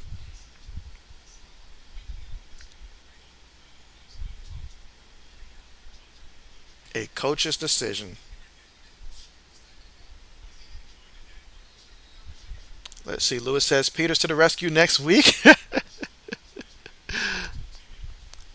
All right, and just a reminder, guys, we will have Monday Night Football. I will be doing a play-by-play for that, and that's going to be the Broncos and Seahawks, guys. Russell Wilson looking to get revenge against his former team.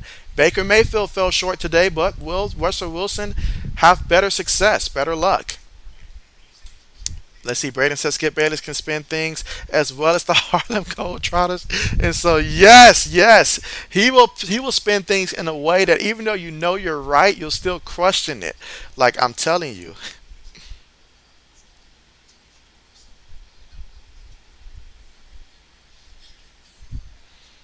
And so 3 minutes and 4 seconds left to go. 3rd and 4 here for the Buccaneers, up 19-3.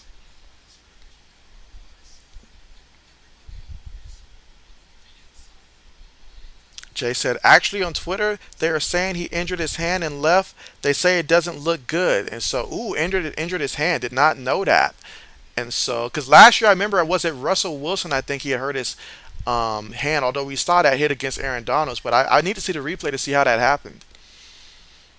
Let's see. Braden says the Pats are on the list with the Vikings and Cowboys, LOL. And so, Braden, that was unnecessary.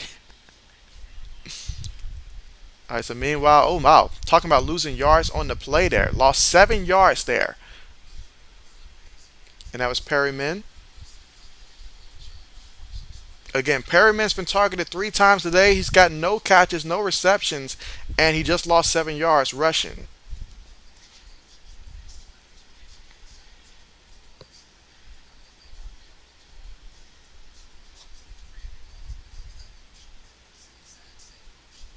Let's see. Andrew says, I have DK, so I hope he goes off. And so let's see. Gino to DK, can that be a thing tomorrow? We'll find out. I'm hoping that's the case. I'm hoping for a good game tomorrow. That's all I'm asking for.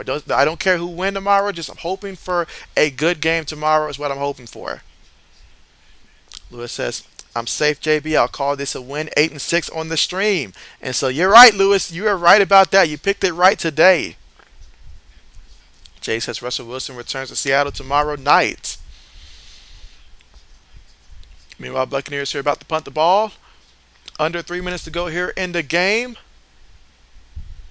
Let's see. Alan says, "What's your gamer tag, JB?" And so, let's see my Xbox gamer tag. And so, I got to double check that real quick. I believe that is JFlocka21, but I got to double check that. Got to double check that real quick. And so, let me double check that. Ben says, "I'm just hoping Geno Smith is watchable without throwing up." I'm hoping so too, Ben. I really am hoping so. I really am hoping so. Andrew says, "LOL." Braden says, "Dak Prescott injured his hand." And so, yeah, I see on the sideline. So, an even bigger loss within a loss for the Cowboys. Oh, man, that's going to hurt one of my teams with CD Lamb in it. And so, threw the ball to Zeke, but off his hands, incomplete. Incomplete. Second down coming up.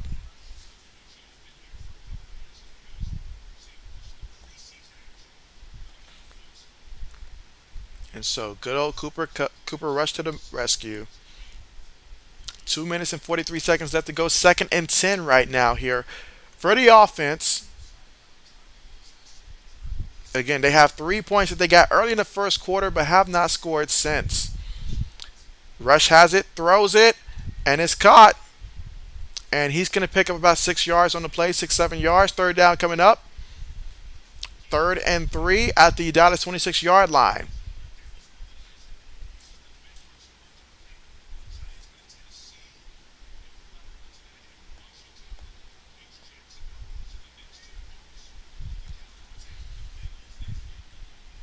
And ooh, deep shot there to CD Lamb there, but incomplete. If I'm CD Lamb at this point, I am highly annoyed. I've been getting targeted all day, but it's been here, there, everywhere, but to me. And so another incompletion on a deep shot. Ooh, week 2, the Cowboys will play the Bengals in week 2. Let's see. Jay says RG3 tweeted that the Cowboys need another number 10 out there. Lewis says, "Hell, we can all make a rich tonight with all these falling stars." Andrew says, "How much time is left in the game?" So, Andrew, yeah, there is currently 2 minutes and 13 seconds left to go in the game. Cowboys facing 4th and 3 right now.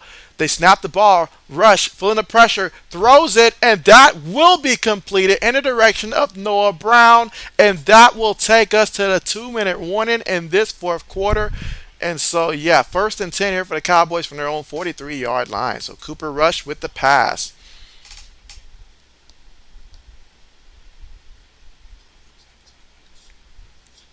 '80 says, got the Henry symbol here.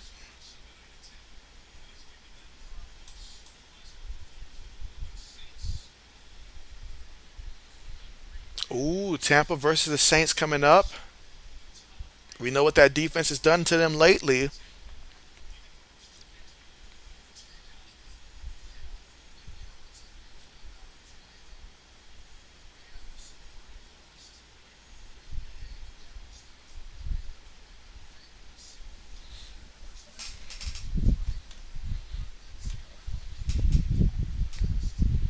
All right, so 2 minutes here. So, guess I will go ahead and let's see where we stand right now on the poll.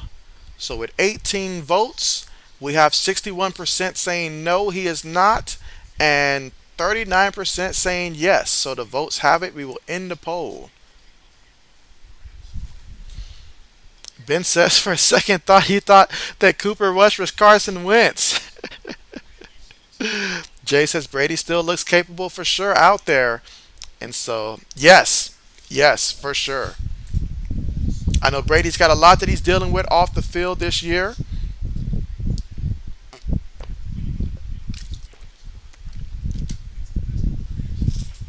Did not expect Dallas offense to look like this today, though.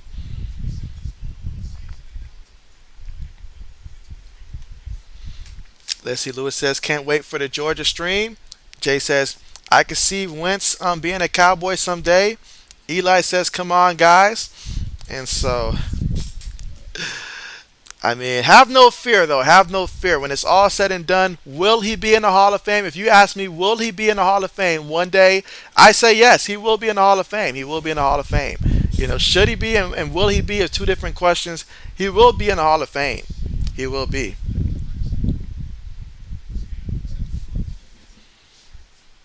Let's see. Ben says sounds like Brady might retire from Gazelle before he retires from the Bucks, and so that is true. That is true. That is true. That is true.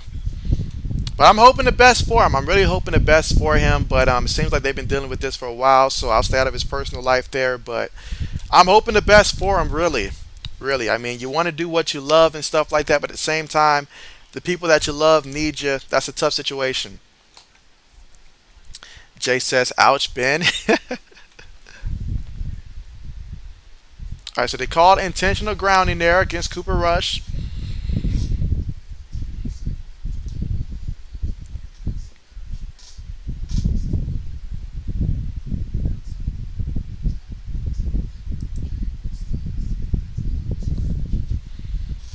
And again, yeah, I mean, Mike McCarthy, he knows he's on the hot seat here. Second and 23 right now. A minute 47 left to go in this one. 80 says, JB, why won't the Ravens pay Lamar Jackson? Lamar Jackson is asking for an extremely high amount of guaranteed money, I'm hearing. And if the reports are accurate, then I don't blame the Ravens here. They want to get the deal done. And so if what they did offer him is as much as they say that he turned down, and he wants that fully guaranteed stuff and his style of play specifically, that's really tough. That's really tough to ask an organization to do that. I mean, the whole Cleveland thing, that's just Cleveland being Cleveland and stuff like that. But he wants to be paid on a Deshaun Watson type of level, it seems like. Meanwhile, Cowboys throw the ball completed there. But fourth down coming up. Lewis says he will be because of the last name. Should he? No. And so I agree, Lewis. I agree. Jay says Mike McCarthy cannot be feeling good right now. Oh no, he cannot be. He will take the heat of this. He will. And so Pollard takes it to midfield, but midfield doesn't cut it here. Cowboys no timeouts, no chance at all, no offense. They are done. Right now, if you're the Cowboys, though, your concern is with Dak Prescott moving forward. Obviously, you hope that he'll be okay, but we'll have to wait and see the official reports and the analysis and time frame in terms of how long will Dak actually be out. But certainly hoping that he will be okay. I mean, I got him in one of my fantasy football leagues. Didn't start him, though. He was the backup to Lamar Jackson, but this is tough. And so let's see. Braden says Mike McCarthy, the Scott Frost of the NFL. Ben says I don't blame Lamar, Deshaun Watson, and Brock Osweiler. Brock Osweiler won the same number of playoff games with the Texans, and Deshaun got fully guaranteed. And so yeah, the Browns made that mistake. And so yeah, Lamar. Hey, I get it. I get it. That's why he wants to represent himself. And when you're representing yourself, you want to get paid the highest. You're like, look, that guy's getting paid that. I want to get paid the highest. And the man want to make his money. I don't blame him. I don't blame him. Jay says, why can't Jeff Fisher get another chance somewhere? And so for Jeff Fisher, Jeff Fisher, I mean, you think about the whole experiment, like what? Last time we saw him out there was it was after the Vince Young experiment and stuff like that.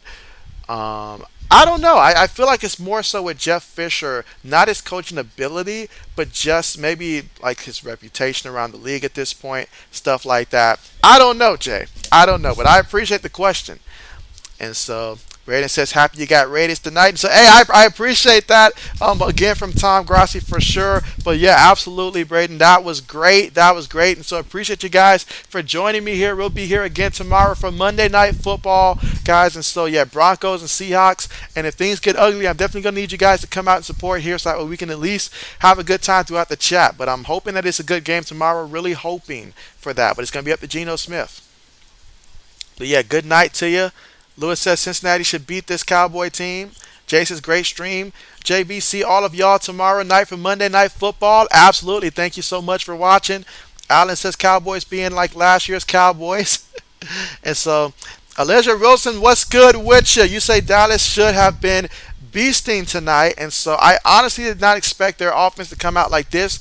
If they came out like they did last year when they played the Buccaneers, which is what I thought, because in my pregame prediction I did pick Dallas to win, but if they came out like they did last year, it would have been they could have won. They really could have won.